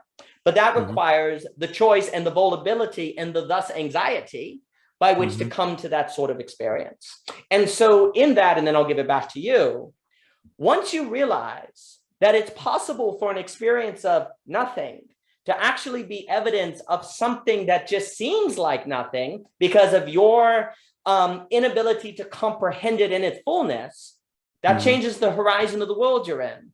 And suddenly experiences of nothing, of which before meant insignificance or ignore or do something else, suddenly those can be transformed into things you should look more into and should participate in. But only with that idea, and this is why philosophy is important, is it possible for you to have that interpretation. But once you have that interpretation, you then can choose. But of course, this is where just staying in the realm of ideas is not enough. Just having the idea that the cipher unveils a certain kind of being, that just having the idea that conversation is different from dialogue is not the same as actually conversing or actually going into the cipher or experiencing flow. And this is where the embodied, this is where, and the point I'm getting at is that's a kind of failure. You acknowledge that your idea of the flow can never be flow. You acknowledge that your idea of conversation can never be conversation as a failure, but that failure is precisely wonderful, because that means there's a thing there to be participated in. And that's where the annihilation of the idea then becomes grace, I think. That's where then you're like, oh, how wonderful is it that my idea of flow is not the same as the experience of flow, because that means there's an experience of flow for me to have. This is 3 times in one video that you've blown my mind. Wow. Feel like I've leapt into the clearing without having to do anything. Yeah, I think exactly like the last point exactly is what I'm most interested in, is how can we think about nothingness to the degree that we see in the failure to think nothing as something. We are leaping, and leaping as the verbial, the ongoing, into the clearing. So I think this is the highest possibility for thinking, is to think failure which arises from a type of thinking, quantity, towards what? Exactly what you've said, towards a conversation. So maybe these conversations are nice and are intermediary in the fact that they're conversations on the fact that conversations are the openings where we can have conversations, but we're being very reflexive on the fact that we're talking about the failure of a type of conversation to be a conversation, but in doing so, we're having that next level of openness to see what takes place. And in my opinion, what just took place in what you were saying was like the kernel, like the inner joy that I find in thinking in these last few years, because I feel like I'm not finding a solution, because solution can be quantifiable in that sense. It's not a solution, it's the leap. Yeah. And like when you were talking before, I went to try and find a Heideggerian quote on Heidegger quotes, because there was something I put at the beginning of this little section I have. I'm quoting Heidegger, future thinking is a course of thought, as like a way or a path, on which the hitherto altogether concealed realm of the essential occurrence of being is traversed, and so is first cleared and attained in its most proper character as an event. And then the next one, and this is from a different text, thus the human necessarily belongs to and has his place in the openness, and currently in the forgetfulness of being. Being, however, for its opening, needs man as the place of its manifestation. So Heidegger moves to this idea of opening, uses the word topology, clearing, as literally to say within, and then to translate it in our conversation, within the failure to quantify, it's like, say if we have the numbers 1 to 100, what's introduced is a 0, and that's nothingness. So Žižek talks about this. 0 was the introduction within mathematics, where we could finally see that there's a nothingness which underpins quantity. So when you focus in on the nothing, so in his book Less Than Nothing, he does this, he focuses in on nothingness in a Heideggerian lens, which I think Žižek does follow to a certain extent. We start to see how things move of themselves, including us, including the cipher. There's literally a por si muove, like it moves of itself. So in the cipher, in the nothingness, which at one minute could seem like, well, why are we here? Like you said, we're just 10 guys standing around in a circle waiting for something to happen. We could be at home quantifying the boxes on the floor, writing numbers and names on them, you know, knowing things. It's only in the moment when we are, to go back to the quotation, it's only here in this essential occurrence of being that we attain the proper character of the event, which is, in a sense, quality. The quality of the event as the fact that it moves of itself. So it's only with 0, it's only with nothingness, which is a quantity. And this is the point. We can think in quantities for practical purposes, to make a bottle, to measure it, to understand which material is best for keeping a bottle cool, you know. but also within quantity, within philosophy, because that's what philosophy was for a long time in some sense, or became, maybe. For Heidegger, it became nihilistic. For Nietzsche, it became nihilistic. When it focuses on logos as quantity, and that's all it focuses on. It doesn't look at the pathos or the Dionysian, it doesn't look at the event. And I think that's why Heidegger is so important, because he's saying, well, yeah, within quantity, within zero, within nothingness, we can attain, and this I made a note saying, just it's slightly different, but it comes back to the same point, like system. Like if you have a presentation or conference to prepare a paper for, and you realize you only have 4 days, and you get it, and like you've been thinking about this for a while, but you want to kind of like place, like Isaiah Berlin, like place some notes and stuff. There is a systemic pressure, you know. If you have to work and you follow the command of the manager and then the boss and then the system, and you receive a wage, but you know that if you are always creatively having a high quality relationship to things, that's impossible within a system that demands quantity.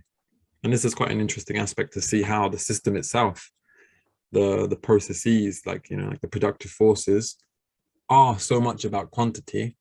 That in a way, this is a type of conditionalism where it's hard to condition ourselves to even think in quality, because we're so demanded by the actual productive forces to produce quantity that we, you know, it's literally in some senses impossible for many people to become Heideggerian in this sense, because the everydayness of their world is so overly embedded. And this is what Heidegger saw as the threat of technology. Yes. Because it wasn't just a very theoretical idea. It was literally like, so Gianni Vattimo, he tried to, in the 80s, before Heidegger's Black Notebooks, kind of work with the fact that Heidegger was a fascist for like practical reasons. He wasn't really essentially promoting the fascist ideology until the Black Notebooks come out, and they were a bit more demonizing of what he was saying. But before this point, because he saw at that time that on the one side you had like US industrialization, you know, Western industrialization, objectification, system building where it's only about quantity. And on the Eastern Front, you had the communists, which of course, even then was also a type of industrialization. Right. So Heidegger in his Black Forest, the idea was in the 80s with Vattimo, he wanted to preserve a type of being, you know, like how he admired the peasants in his local villages, because he saw a way of relating to objects which wasn't about quantity. So this is Heidegger's critique of technology in that sense, you know. He saw it as an actual threat because it has its own reality in some sense in the productivity of human beings and the demands that the system places onto them, you know. So he's anti-communism, he's anti-Western capitalist industrialization was itself a kind of conservatism, which makes sense from that perspective, you know. We do want quality. How best to find quality? I think in the early 30s, late 30s, fascism was a way to kind of say, well, maybe this return to the German culture was itself, in Heidegger's vision, the beginning, you know, it was an alternative. I'm not excusing, by the way, because when the Black Notebooks came out, you started to see there was more than that. But yeah, I don't know what else to add on to what you said, because you've basically done the conclusion of my PhD. So I watched this 10 times. No, because the conclusion of my whole work is to say, well, even if we read this concept of letting, so my beginning introduces Heidegger, letting be, nihilation, nihilism towards event. Then Vattimo, who becomes really postmodern, very skeptical, very cynical.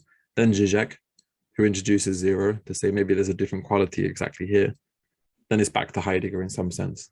So what you've said about this at the beginning of this conversation with truth, the type of truth where you come away from the event of the Cypher and say something happened there, yes, which spoke to me and concealed itself to me as grace. That's obviously the word I'm using, as love, eros, as, you know. And I think that's what being in love means, is you have this idea of the other, but in the event of that person unfolding themselves to you, you're just overwhelmed with the fact that you have this actual feeling for the other, and you're just constantly falling upon the event of that, you know.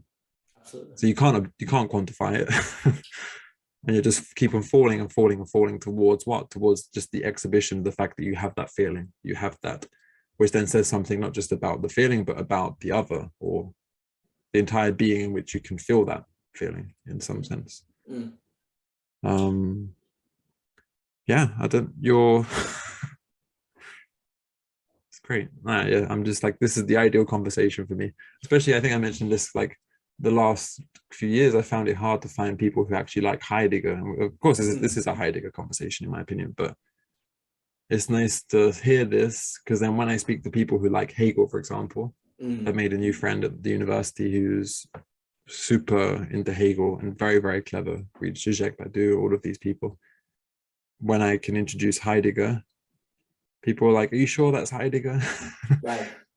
Quality of thinking in a very nuanced way, which passes through nothingness in a very, very critical way. Because people think that Heidegger just kind of says being, we forgot it and we need it again. Right. And it's like, well, can we find it again? How do you know that it is even an it? And he's like, exactly. You have to pass through nothingness into this clearing. And it's not like you finally see being appear, like an object coming towards you.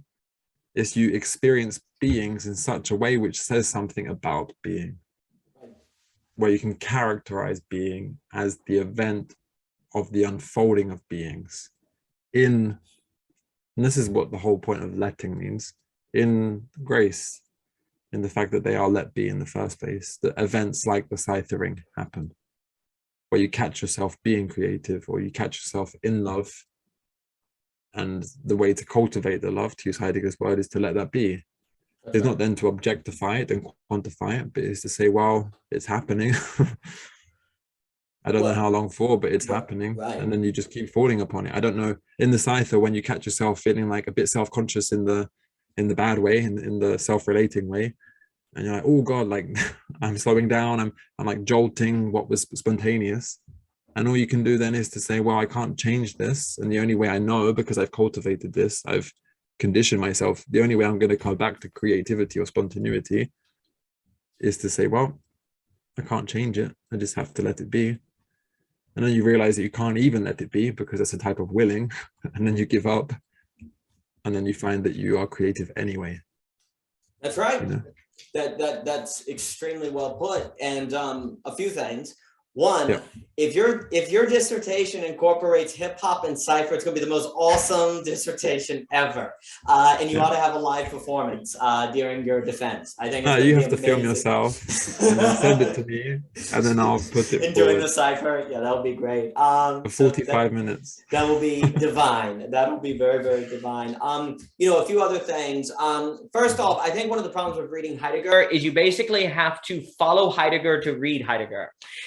Which, like, what he's telling you, you have to reconstitute your thought about what you're reading live. Yeah. Because you're literally reading from the place that forgot being, right? So you literally, there's a certain demand, in my opinion, on Heidegger, where you have to be transforming in concordance with the, dare I say, onto-epistemology that he is presenting as he talks about it.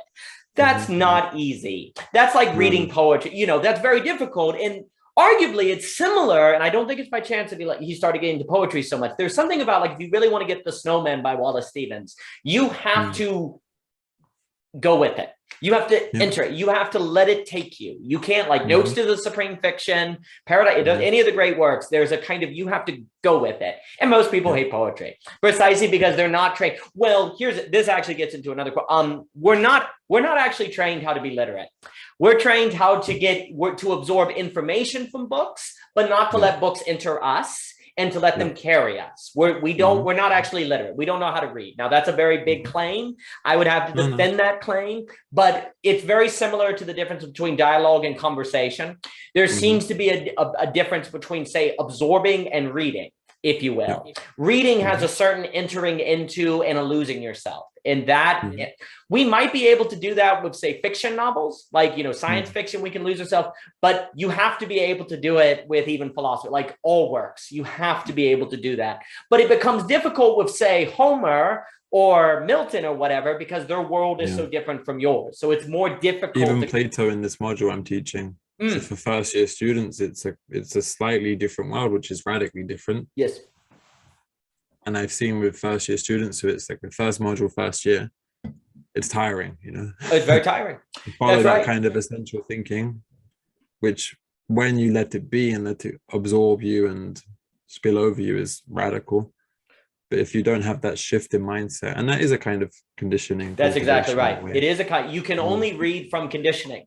There's a certain conditioning that must occur for reading. And basically we think of reading as something you can do, and that's it. Well, basically there's reading, and once you can like communicate the information of the sentence, you're literate. No, that's like level one. There is the then conditioned reading where you enter into it, but we stop there. We stop there, and so people can't read. That's a big claim. Anyway, the next thing I want to say is that another reason I think Heidegger is difficult to get is because he is literally trying to describe to you something that cannot be fully grasped by logos in the form of a book, which is a medium of logos. The medium of logos is a book, right? And so he's putting forth to you something that really is only gotten if you experience it, but he can't make you experience it. The book can't make you enter a cipher, dang it. Being in time cannot like make you enter a flow state. You then have to do it and go, oh, I get it. But if you don't do it, then the book, then being its time, basically the book itself has the problem of being itself. Like the book itself cannot disclose itself to you without a certain participation in the experience that it is putting forth, which it can't make you do. And then the funny thing about that is if you don't do that, you can then blame the book for sucking. Like if you don't do the thing you need to do to get what being in time is talking about, you can use that as evidence that the book is bad. You see, there's a kind of vulnerability in the book itself, right? Like in order to get it, you have to get the flow state. But if you just choose not to ever have the flow state, then you can just say it's hogwash, right? And so there's a certain very vulnerability in the kind of philosophy that Heidegger is putting forth that requires you to follow it into the doing, which if you don't, you can just kind of blow it off and say, whatever, man. So but literature is like that as well, right? Like if you read The Sound and the Fury by Faulkner and you just say, I have no idea what's going on with Benji, James Joyce, what the heck, man, with Finnegan's Wake, and you just throw it away, right? Well, there's nothing Joyce can do. You know, you either suspend yourself and let Finnegan's Wake be and let it enter you, or you can objectively and empirically say that it's stupid. Because all the evidence is that Finnegan's Wake is stupid. I mean, look, there's no periods. It starts mid-sentence. It jumps around random cultural. By all empirical standards, James Joyce doesn't know how to write. Well, guess what? That's because you're not meeting the condition of entering the text. So so literature has this problem that I think you see in Heidegger as well. And whenever you're dealing with this topic of being, you are talking about a subject that's kind of very literary. That is a literary sort of disclosure. And so if you don't have the skills of literary reading, dare I say, well, then Heidegger's quote unquote, empirically and objectively hogwash. And so that creates some different problems. Next, I think definitely there is something about Westernization. You can certainly see Heidegger's fascism as a resistance of quantification because that will take away from quality. And he sees fascism as a way to do it. And certainly, even to this day, as people are talking about, say, the dangers of technology, the ways that TikTok, Facebook, all these things control us, it is very difficult for people to imagine a political project that isn't like Luddite or something that avoids technological thinking. So it's a big problem. And basically because it would seem as if we also have to remember that in Heidegger's day, fascism, when we say fascism today, it equals Holocaust, right? Like fascism equals Holocaust. Well, there was a long period of time where fascism is a form of political economy. Whether you agree with it or not, that's one thing. And you could make an argument that it does seem to uniquely cultivate nationalism, racism, and all these things. Therefore, it's not a good option, right? That would be the argument. Well, we to this day struggle to think of a political economy that is able to deal with the problem of technological thinking. What I think we have to understand is that I don't actually think there is any political or economic system that can stop in of itself technological thinking. That is in the realm of personal responsibility. That is in the realm of the person conditioning themselves to be able to use a laptop without outsourcing their thinking to the laptop. I think this is the big challenge. I think after Heidegger, we should understand after Heidegger that there is no socio-political system that can stop technological thinking without falling into avenues that we do not agree with, that are, either aggressive or, kind of, I mean, arguably what you see in Dugin, like if you read like Dugin, Russian and Ukraine and all of that, the way Dugin kind of justifies it as is basically separating Russia from the West with the meaning crisis, technological thinking. Dugin is very Heideggerian, but I don't agree with the invasion of Ukraine. I don't agree with what Russia is doing, and I don't agree with Dugin policy, but I actually think in the West, we really need to understand what Dugin's talking about when he talks about spirit, and he talks about defending spirit. Well, he's talking something akin to quality, and it goes into Berdyaev and Bukakov, and Dugin is like politically, what it looks like to stop the problem of technological thinking on the political level ends up something like Dugin, something like fascism. So that's not an option. Well, okay, if we're going to say that's not an option, there's only one option then, and that's personal. That's the individual. Now, that's terrifying, though, because we're all trained to have our, capitalism is going to take care of us. Democracy is going to take care of us. The notion that there is something that can only be addressed through personal cultivation, well, that's the anxiety you talked about. But basically, that is the answer, is a personal cultivation. And that gets into, okay, well, what is that cultivation? What are the conditions needed to enter into a condition of flow, a condition of cipher, a condition of having being disclose itself on the individual level? What are those particular conditioned ability? What are the skills? What are the habits? What are the emotions? What are the ways of relating? Well, those you have to go one by one, and that gets into, all the thousands of papers, because you have to go one by one, what are those different things? I do think generally, like when I talked with Cadell last, absolute knowing, a state of absolute knowing seems to be a phrase that would refer to it. A lot of his, the interest in Nietzsche is a question of intrinsic motivation, the child, the cult, all of this is suggesting a certain individual way of carrying yourself in the world that is able to avoid autonomous quantity, you could say, I call it autonomous rationality, where you think by rationality alone. I have the name of the trilogy we do is called The True Isn't the Rational, which is the notion that true and rational are different categories. And basically true, you could associate with quality, rational with quantity. Rational could also be, rational, and then truth is non-rational. And the argument of the book is basically that rationality is organized by a non-rationality. If you think it's going to rain today, it's rational to bring an umbrella, but let's say it doesn't rain. Does that mean you're irrational? No, you were very rational relative to what you thought was true. It's just the case that it didn't rain. So rationality, that's the important word, relative. That, yes, and so rationality is always organized by a notion of truth. And so if you're here's the thing, if you're in the realm of rationality, you are not in the realm of condition and quality, because you're dealing with relativity and objectivity, basically, notion of relativity and objectivity. And the issue is that you forget that there is a non-rational ground that organizes that quantification and rationality, called in my book, truth, which then the question is, okay, but this is the funny problem. In order to understand truth, what do you have to use? Rationality. Oh, crap. You've now concealed truth. Because to understand truth, you have to turn it into terms of logos that makes it seem like it's just logos. So built in the very human understanding is the problem of concealment. And this is Heideggerian. So the issue is you have to believe that there is a truth organizing your rationality that you cannot access meaningfully according to that rationality. So then what do you have to do? Clear aside your rationality, which is scary. Clear aside your ways of understanding the world so that the world can disclose itself differently in a non-rational truth, that then the memory of that experience, the memory of cipher, can then organize your rationality accordingly afterwards. And then the part of absolute knowing would be the acceptance and integration of the limitation of rationality to understand truth on its own terms. Rationality is always limited to be dealing with a notion of truth that it has translated into its own terms, but not truth to itself. So there's an absolute knowing. This is the limitation. And you actually come to terms with that limitation, and you accept that limitation as being the necessary condition for the human being. The human being is a being engaged in this dialectical process of unveiling and veiling, and the unveiling with the UN in parentheses, that is the relation between truth and rationality, and figuring out ways to rationally act in the world in a manner that gets the rationality out of the way of the truth so that it can disclose itself and thus rationality reconstitute its organization. And so that is the name of the game. And that's a new kind of thought. Thought does not present itself to you naturally as needing to do that.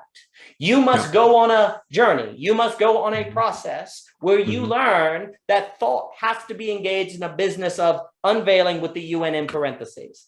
It must be in this learning something that immediately it gives up, and then being reconstituted by that sacrifice to then try again, then to give it up, then to try again and to give it up, walk into a clearing, and then make sure that when you leave the clearing, you left it as it was. You keep it clear. You didn't build anything there. You didn't record the cipher. You didn't try to capture and quantify the cipher. You enter into the clearing, but then you make sure that when you leave, it's still clear. You grab, you hold your presence, and then you let go. But a kind of thinking that is able to grip and hold, not with like a kind of thinking that's able to hold like this, an open hand hold, as opposed to a grip, or nihilism, which is just drop it.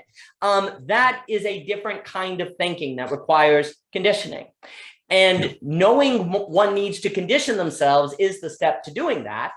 So you have to know that, you have to engage in the philosophy, but then you have to do it. You have to do it. And if you don't do it, and if all you ever do is understand being and time according to logos, well, then it's silly. But if you do it, well, then the truth that's there can unveil itself to you because you've met the condition necessary for that truth to so be disclosed. Amazing, yeah.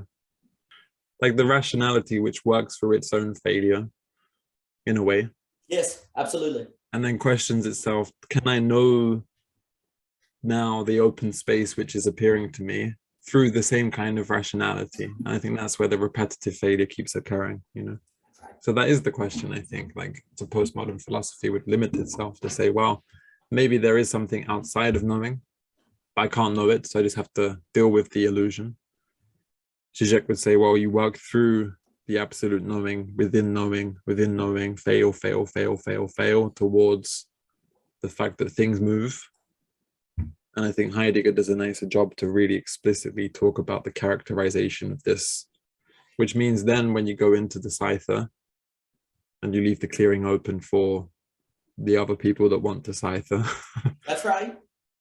It doesn't mean that you're just there passive. It means that you're interacting with beings and things and people and places and words and notions.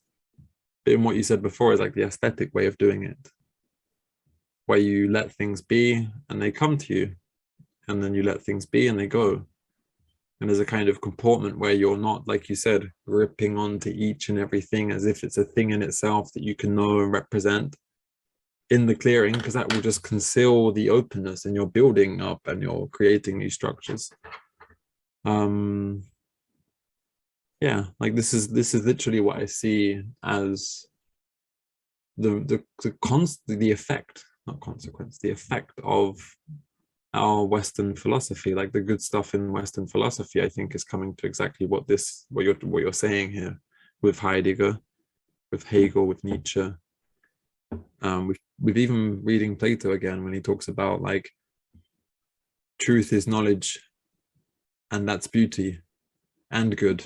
Yes. So the good is the knowledge, but then maybe you can say with all of the history we've had since Plato, what is beauty and what is good is not the thing in itself, which lasts forever in and of itself as an idea. What's beauty and love is the very event where there's a letting happening, you know? I think I made a note saying, like, in a way, the highest form of love is the failure which brings us to the fact that things are let be. So when you meet somebody for the first time, and like a potential partner, you meet them and then you see that like both of you are aware of the failure to know each other, that in itself is attractive, because if you see that someone understands that their ego image of themselves is just an image, that creates a kind of openness to say, well, I also realize that my idea of this other person is also a kind of other image, you know? So when you both realize this, there's a kind of nihilation to say, well, maybe we don't know each other and we can't. But then they would say, well, maybe even the fact I've said I can't is also subject to my no. So even like, then that's what we said before in our emails, that just in what you've done in your work on the difference between unknown and unknowability, it creates the unknown about the other. But I think on from this, you can even characterize that knowing as desire itself, eros, love. So desire, I think, is maximized in a utilitarian way when you let be, in that sense. Like, you don't try to objectify this person as being a particular essence or having a particular essence or being a particular being, because you're presupposing that you can know that. And I think this is why, like Nietzsche's Overman, I think it really does also get to the same point. Of course, we're projecting onto Heidegger, to Nietzsche, to Hegel, to Plato from our position. But I think that's the joy of philosophy. That's the joy of thinking. And when you were talking about, I'm going to use the word cultivation. I think it's just fits it with Heidegger. Philosophy is cultivation itself. That's what philosophy is. It's thinking through this journey, this path, the path to nowhere. So Žižek himself says that the only truth there ever is the path itself. Žižek says this, because Žižek sometimes seems a bit pessimistic, but actually Žižek is the one who does say it's not the final destination. Absolute knowing is the journey of thinking on the path, which brings you back to the path. Yes. Same as Heidegger. The path through the woods is not towards like some final cul-de-sac of truth. It's always to bring you back onto the path, onto the country path, where you see the tree that you saw last time, but now you can have a relationship to it where it's that be, you know? And then you're letting that, and the same as when you go across a bridge, you're not just objectifying the bridge as an object, which is like particular measurements and different material, made of different materials, but you actually see that that bridge itself gathers the country fields from far away. And it's a different type of being, you know? So maybe the creativity of the Cypher is when you let be, you're doing exactly what Heidegger says, is you're opening up to the fact that your being can gather words and moments which are of that quality, you know, where you can say things about the fields and the trees and the hills, the earth, the sky, the divinity's mortality. And that's why Heidegger said that the truth is expressed in art, but the highest form of art for him is poetry. Right. So maybe poetry as the Cypher, you know, which could be the title of this conversation, maybe. Oh, well, it's not by chance that hip hop is very poetic, that the Cypher is very poetic. It is arguably a form of poetry. I don't think that is by chance. A few things. Wendleberry has a poem where he says something along the lines of, I walked the path through the fields at due morn, and my life became, I saw clear that my mission was to make the road a place. And it's something where, how do we live in a manner that makes the road a place? You know, instead of using the road to get to a place, how do we make the road a place? And that seems to be, and there's a Wendleberry poem on that. He's a good poet. A few more things. First, great dating advice for anyone watching this. It is wonderful to date someone who understands that their idea is not gospel. That is really great. When you date someone who understands ideas are simply notions, they're not like absolute, and that means they're always open and they reflect back on themselves and go, oh wait, well maybe me. That is really, really important. And actually I think, funny enough, that example you gave is for me always just a lovely example of how Heideggerian thought is actually very practical. Like that very kind of thinking has true practical consequences on how you say carry yourself in relationships and friendships and different things like that. Because if you understand that your image is just an image, well, then you're open to how the person might actually be, how they can transform. And then simultaneously too, you don't have as much, if you know they're doing that for you as well, then you don't feel the pressure to conform to your image of you.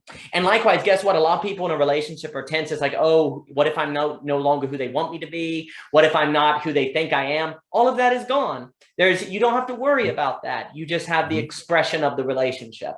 And so Heideggerian thought, I think, is very practical in that example that you gave. Just quickly, and if it is the case that their desire has changed for you, you can let that be, because if that is their desire, then that is their desire. You can't objectify that because Yes. it's their own experience of themselves. So this is why, like, in a way, it's a kind of detachment, but it's also a letting be. It's not like a letting go, saying, oh Yes. God, they don't desire it. Saying, well, you know, so you're not giving place to objectify them as if they were property to be yours in the first place, you know? That's exactly right. Well, you're Human making beings this can never be property. Well, you're creating the space for them to be their intrinsic motivation, to be their movement, to be their movement. And then the question becomes, who are they in that clearing? And how can you meet them there? You don't objectify them, you think in terms of your relation to them in that clearing, and how you move with them in that clearing, and how then that creates a dance that is dynamic and alive, and then the relationship actually feels alive, as opposed to a lot of relationships for people can feel like an effort to maintain two statues. How do we keep these statues polished? How do we keep this state that we fell in love with constant through all our lives? Well, that's impossible. So instead of trying to make relationships the goal of how to maintain, like to freeze a moment of time and to maintain it forever, instead a relationship becomes a dance where we move with the changing of the changing of the music, the changing of the situation, and we flow with it and we stay in the flow, as opposed to try to be exhibits in a museum. Because if you could succeed at being exhibits in a museum, you probably wouldn't be very happy anyway. So it's not that great of a goal. So yeah, exactly to what you're saying. Another thing that I think is important is actually, if the site, I think you can see, we're mentioning relationships, like when people talk about the sparks between people, a lot of times they go away when people start thinking about themselves too much. Like, how am I doing? You know, when they become overly thoughtful, the spark vanishes. That's just another example of how you see that the cipher plays out in relationships as well. And a lot of times, why is it also that what do people tend to think they like? People write poems about what? Relationships. Like all of these, it's very interesting if you follow the history of poetry, how it seems to follow an effort to capture these certain disclosures of being in clearings. You see it in romance, you see it Cyphers, hip hop is a form of poetry. You have like the spoken word. There's this way in which the history of poetry seems to emergently and unconsciously follow a kind of disclosure of being that cannot be separated from certain conditions. And it's interesting that poetry has kind of a life like that.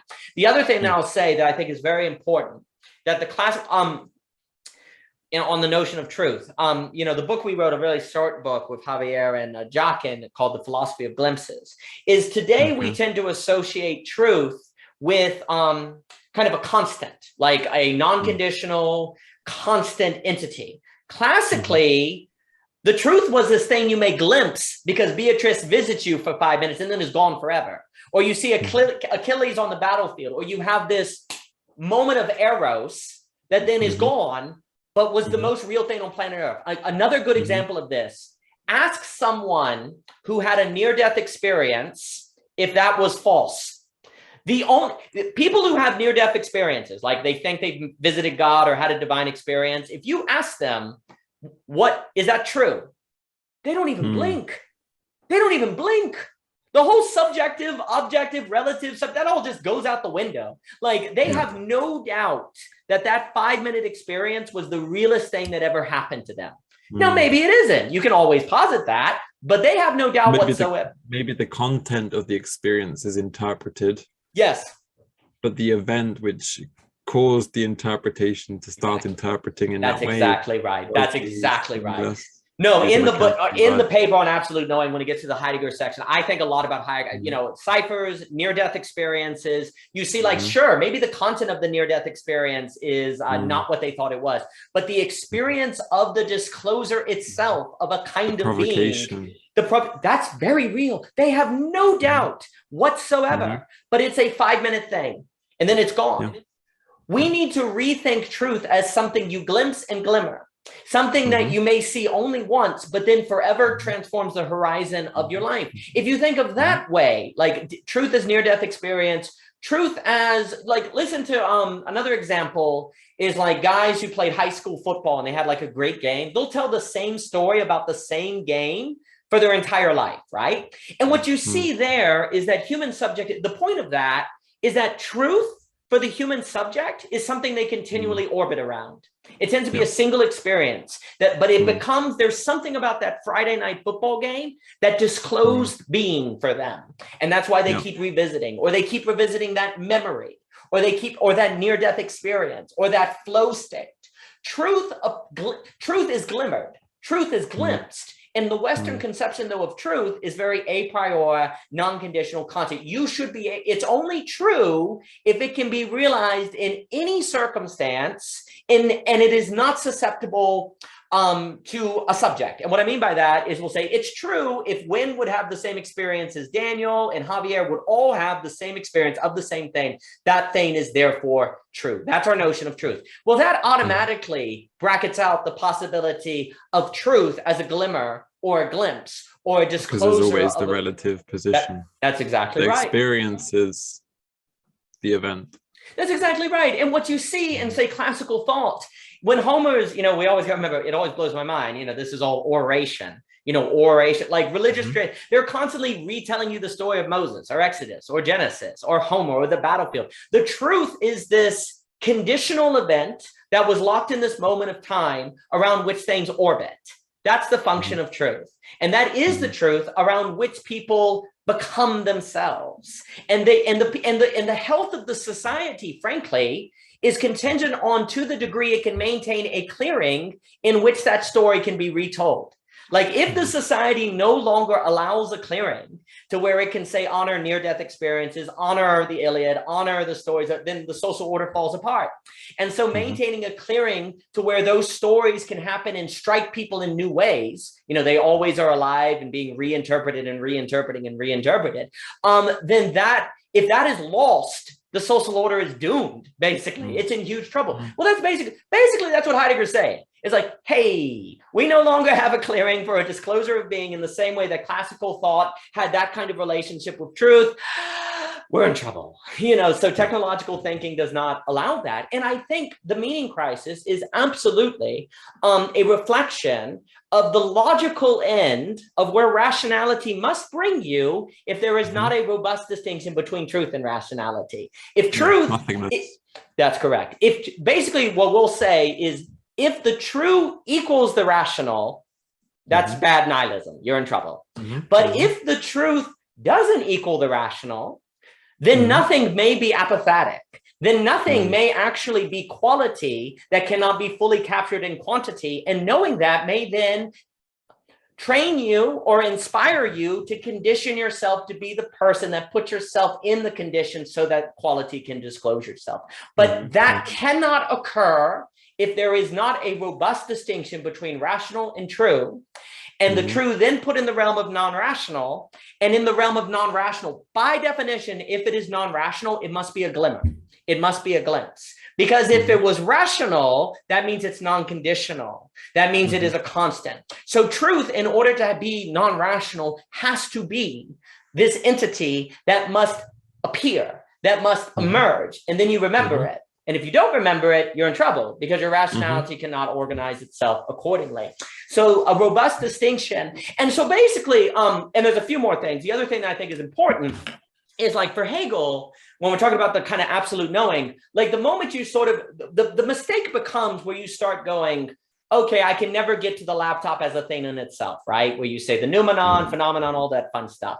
Okay, well, one, just because you can't get to the laptop in of itself, you're experiencing the laptop with color and shape and with sensation. So consciousness is a thing that understands the world in terms of color and shapes. So even if you can't get to the object itself, the object can still disclose things about the subject and how the subject understands the world. So you can start, instead of going, for me, what Hegel helps you do is think in terms of, you can ask like a question, you got the question of what is the bookcase made out of? You could ask. You could ask the question, what is the bookcase, its utility? What is it for? But then you can also kind of ask this question of, what does the bookcase, in my experience, disclose about consciousness? How consciousness understands? Is the fact that I understand the world in terms of color and shape across the noumenon, is that something that I cannot access? I don't think, well, it's the very grounds of comprehension. That is the very grounds of comprehension. And so then it becomes possible to believe that consciousness can in fact know things in the way that things present themselves, okay? So therefore, that's exactly right. The appearance of itself says something about this, is a truth about consciousness. Consciousness, here's the thing, consciousness is a thing that understands in terms of color, in terms of shape. That is a truth of consciousness that you can have, here's the thing, that you can have reason to believe is true because it's consciousness to itself. It's on this side of the noumenon, not across a noumenon. So you have no reason to think it's not true. If it was on the other side of the noumenon, sure, maybe it's not the case that it is thus. But the fact that the experience of color and shape is on this side of the noumenon means that it means that anyone who wants to argue that it's not, that color and shape don't exist, the burden of proof is on them. You reverse it. You see what I'm saying? The reason why this is important is because then the very intensity of the near-death experience is for consciousness. Even if you cannot access the near-death experience in of itself, even if you cannot, the cipher in of itself, whatever that means, across the noumenon, that doesn't matter. Because the very experience in the realm of appearance for you and the intensity of conditionality is thus means that consciousness is a thing that is capable of disclosing being in those terms. And that conclusion is reliable. It is reliable because it is on this side of the noumenon. There is no reason to think that it is not true. So this is absolute knowing for Hegel. Yes, that's what I'm saying. Yes, the cogito, this is what exposes itself in its own self-sameness. So even if there's a failure to so I wrote here, inability to determine features of the events according to their truth, what's exposed is the very fact that what we've encountered in the event is the consciousness which falls upon its own consciousness in trying to determine itself. Yes. And that's where the repetition fails, but it exposes the very fact that there has been a consciousness of color, of that's trauma, exactly right. And this is Heidegger's reading of Descartes, and I mentioned this in the talk with Cadell, I think, falls back on this idea of you catch yourself as the thinking thinker. So even amongst the failures of objects to find security in the high certainty becomes the fact that even if your thinking fails, there has been a thinking which has failed. Yes. So if you can't determine the truth of the color in and of itself, the fact that you've comprehended or perceived that color shows that there's a kind of consciousness which is reflecting upon the fact that it can't perceive it. And so there is truth. That's exactly in the right. Event. That's exactly right. The failure is always a putting back towards what? The event. No, extremely good connection, because everything I'm saying is out of a way too long paper on absolute knowing, and this is where consciousness for itself. And the thing is, if consciousness is always failing, then it's true that consciousness is a thing that can fail. And so there is a truth in that. And you see, this is also very important, because that means also it is true that there is a thing that consciousness fails before. There is something that consciousness is failing before, in honor. So here's the question. A being. So the question is the following. You have to choose. Everyone has to make this choice, basically. I call this the absolute choice. Everyone has to make this choice. Well, I call this one the final absolute choice. But anyway, okay. You know it is true that consciousness is failing before something. Is that something that it's failing before a bad, a nothingness, a literal nothingness? Or is it only an appearance of nothingness because you're stuck in a quantity that cannot comprehend quality into the terms of quality without losing it? Maybe, just maybe, it's a quality that you just don't have the resources to understand in its own terms. And thus the failure becomes the testament that there is in fact a being that now you basically go, oh, okay. So consciousness is always failing, and therefore it's true that it's failing. Okay, that means there might be something that consciousness is failing before. All right, now what do I need to do as a human being to encounter the conditions where whatever that thing might be could disclose itself. So then you grope around, you say, well, let me study mathematics. No, that doesn't it. Let me read some literature. Okay, maybe that's close. Let me have some friends and different things. And then you encounter the cipher. Then you have an encounter of beauty and you go, wait a minute, there's something here. I remember what I said, that thought was failing. Maybe this is pointing to that thing. So there's something emergent. There's something flowing. Maybe it is this state of being that thought is failing to capture, which is a state of flow and pure immersion and almost a super saturated phenomenon, as Marin will talk about, of which can only be known in the experience, that thinking is always longing to capture, but cannot capture because it can only be lived. Maybe this is what it is. Maybe this is what it is. And then you can choose to decide that the failure of thought is precisely because of its inability to be in of itself a cipher, but that's precisely the virtue of it. If thought could be the cipher, then the cipher couldn't be the cipher. The failure of thought is then a blessing. It is a good thing that thought cannot succeed fully, because if it could, that would mean we lived in a world that was a map and there was no territory, and it would be quite sad if we were all flatlanders. Therefore, the failure of thought is a testament to the fact that the landscape is rich, and now it's up for us to explore it. I'm not gonna stop for too long, because I think everything you said is, again, what I tried to say with achieving nothingness. I think nothingness is that determination within quantity, within a type of rationalized overthinking about things, where if we focus on nothingness for long enough, we'll start to see that even nothingness too is a kind of quantitative determination which fails. That's right. And it's in the act of failing that we start to see the opening, or the potential possibility to see what appears as nothing. And I read something of yours about the jug and what's inside. It appears to be nothing. We can actually start to say, well, maybe it's not just nothingness, it's also the open space in which, for Heidegger, water can fill the jug. That's right. So there can start to be a life involved in it, and there can start to be a use of the jug according to our actual relation to it in the world. So the jug is not just nothingness, it's the actual openness which allows for water to be put into it, to hydrate ourselves, to be, and in a way, like, this is the point. Like, so if I can say in my kind of terms, in some sense, postmodern terms, is how I've approached it. There's an awareness of the fact that everything I think seems to appear as relative. Like, I'm coming from my position, it's subjective. Like, even this module I'm teaching for Plato and the Good Life, a lot of the common sense awareness of most students, 19 years old, 18, 19 years old, is, oh, this is just my perspective. Right. Oh, it's just my interpretation.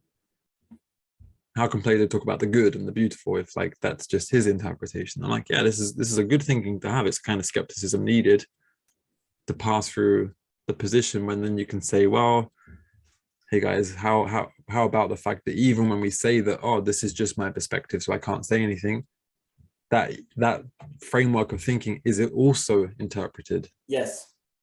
And it's this kind of more more radical undoing, which comes through nothingness, which can then lead us to this type of thinking where we say, well, maybe I can't quantify even nothingness, but the quantity zero, nothing, lack, can be reinterpreted through experience, through the event, which also then appears as nothingness. I think, like, for example, post-traumatic stress disorder is such a disorder precisely because it can't be quantified. Right. You can't rationally work through or process something which has been overbearing, because of the structures of understanding have been so overburdened by the event itself, like shell shock, for example, that when you try to rationalize it, there's an explicit impossibility to do so. Yes. And you keep falling upon the failure. So the stress and the trauma and the disorder and the panic is the inability to process, which is what, like, the Lacan would call psychosis, and the inability to signify. But I think and this is a bit nuanced in some sense, but I think because there's an inability to signify trauma, it doesn't mean like pure failure, psychosis, because I think what you're presupposing is that trauma has to be signified in a sense. So the psychosis is the continued attempt to signify according to quantity. But when there's a kind of letting be, you recognize, well, my attempt to signify the world through my psychological structure is itself an impossibility, because there will always be a lack. When you get with this, you realize that you don't have to signify the real. And that's when psychosis is minimized, because you're seeing how you can be with things without having to over-objectify them. Whereas psychosis, in my opinion, is the over-signification of everything that's happening. But because it fails in such an obvious way, there's a slip into the real. And this is why even the idea of the real in like the early Lacanian idea is itself kind of naive in that sense, because it's presupposing the nominal nothingness, as if nothingness is actually a thing outside of my signification, you know? Whereas if you see that even that nothingness is interpreted by me, is quantified, then perhaps we can move to a type of thinking which is of a different quality, yes, where we characterize, and this is a huge word that's come up in my work now, and I like it, and it's the kind of word that's throughout my conclusion, is the risk of characterizing, of determining as a character, the character of being, yes, as grace. And it's kind of then opening itself up to maybe this is true, not because it in the determination itself, it's like universally true throughout time and space, but every time that that concept or determination fails, because it's relative to my experience, in the failure of that determination is let be to the grace of the fact that being is still going on of itself, which for Heidegger is the letting, the highest form of grace. The fact that that event of the clearing and the cyphering is happening, is let be. And everything becomes mystical and spiritualized in that sense, you know? And that's where truth is, in the beauty and goodness of that moment, in the event itself. So I think my whole work is like centered now on risking a determination of being and its way to be, which sounds dogmatic for postmodern thinkers, but only because what I think you can determine about being is something which falls back onto its event. Yes. In the same way as like when you talk about the self, the ego image, that will always fail because it's self-relating, it's posited, it's placed. But because you catch the failure, you also catch the fact that you're the thinker which thought that failure. Yes. Which is the ongoingness of self. Absolutely. And I think I think we can actually do this with being, not as if it's something other than us, but it's the possible characterization of the clearing in which you can then do poetry, you can then naturally. No, I think, you know, I don't think it's by chance that there's in African-American thought, there's a big association. And did you lose me there? Can you hear me now? Yeah.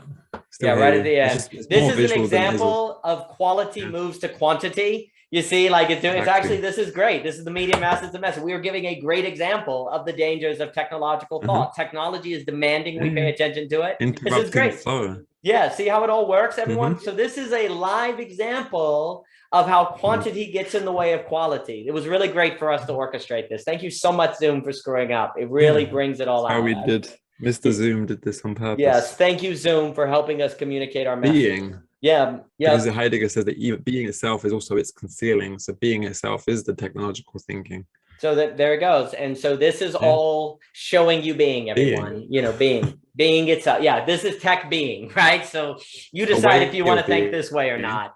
You know, you decide if you want to think this way or not. It's glorious. I don't think it's by chance that the cipher in African-American thought gets associated with like spirituality, the emergence of spirit, this kind of movement. And likewise, the Black church with the choir, it's kind of the flow. It's not just reading from a hymnal. There's this kind of idea that there's a kind of way of being that defines this culture. And really, in many ways, you know, Bernard Hankins will talk about cipher mentality and the need for having a cipher mentality, a way of thinking that is more cipher-based. And I would associate that with a way of thinking that is more Heideggerian, that's letting things be so that they can disclose themselves in this way. And it would seem that this has a lot to do with the meaning crisis, as Vervaeke will talk about in different people like that. And for me, you know, as just kind of like I've said, I've kept you for 3 hours because you're so delightful and I appreciate your work so much. So thank you for all of that. It's a treat. It has been a treat. Yes, there you go. It's Halloween, trick or treat. So thank you for the treat. This has been good. Zoom has been trying to trick us, but we got a treat. One of the ways also, I guess, I've been thinking about the meaning crisis. I mentioned this. We were talking to Andrew Luber, who does a lot on story and theme, and I really like his work. And he's a big Heideggerian. He's really great in that work. I think you'd enjoy speaking to him. One of the things I think we need to think of the meaning crisis is almost like the crisis phase right now is the climax in a kind of meaning story, actually, where you've had like rising action of creating ways of meaning in the forms of, say, givens, religion, sociology, and different things. So you've had this period of history of the production, the rising action of meaning, but then you had the inciting incident, which is where we found out religion could be used for totalitarianism, nationalism, and we found that these sources of meaning, because people found belonging and meaning in religion, in the nation state, in racism. People found meaning in racism because at the top of that, we found that these were all immoral. And so we're like, well, we can't do that anymore. But now we're at a kind of crisis where we say, oh, the old ways of finding meaning are no longer allowed because they either can cause close-mindedness, totalitarianism, or different things. So you're at a kind of crisis point. So you have the meaning crisis, but the meaning crisis needs to, I think, be situated on a meaning story. This is the crisis point. This is the climax. Well, in most stories, the climax is defined by a choice. It is defined by a choice from which you can never come back from. And part of that is that we've chosen to not, we're holding ourselves to a higher standard in the sense that we're not going to use old ways to find meaning. We want new ways to find meaning because the old ways are immoral. They contribute to violence or racism or different things like that. So we've made that choice, but you see, we now have to make the choice of how we can find meaning again. And that's why I think your work is very important, because it seems to have a lot to do with choosing to think of in terms of clearing, to think in this Heideggerian thought, to think of, to the point you're making on interpretation.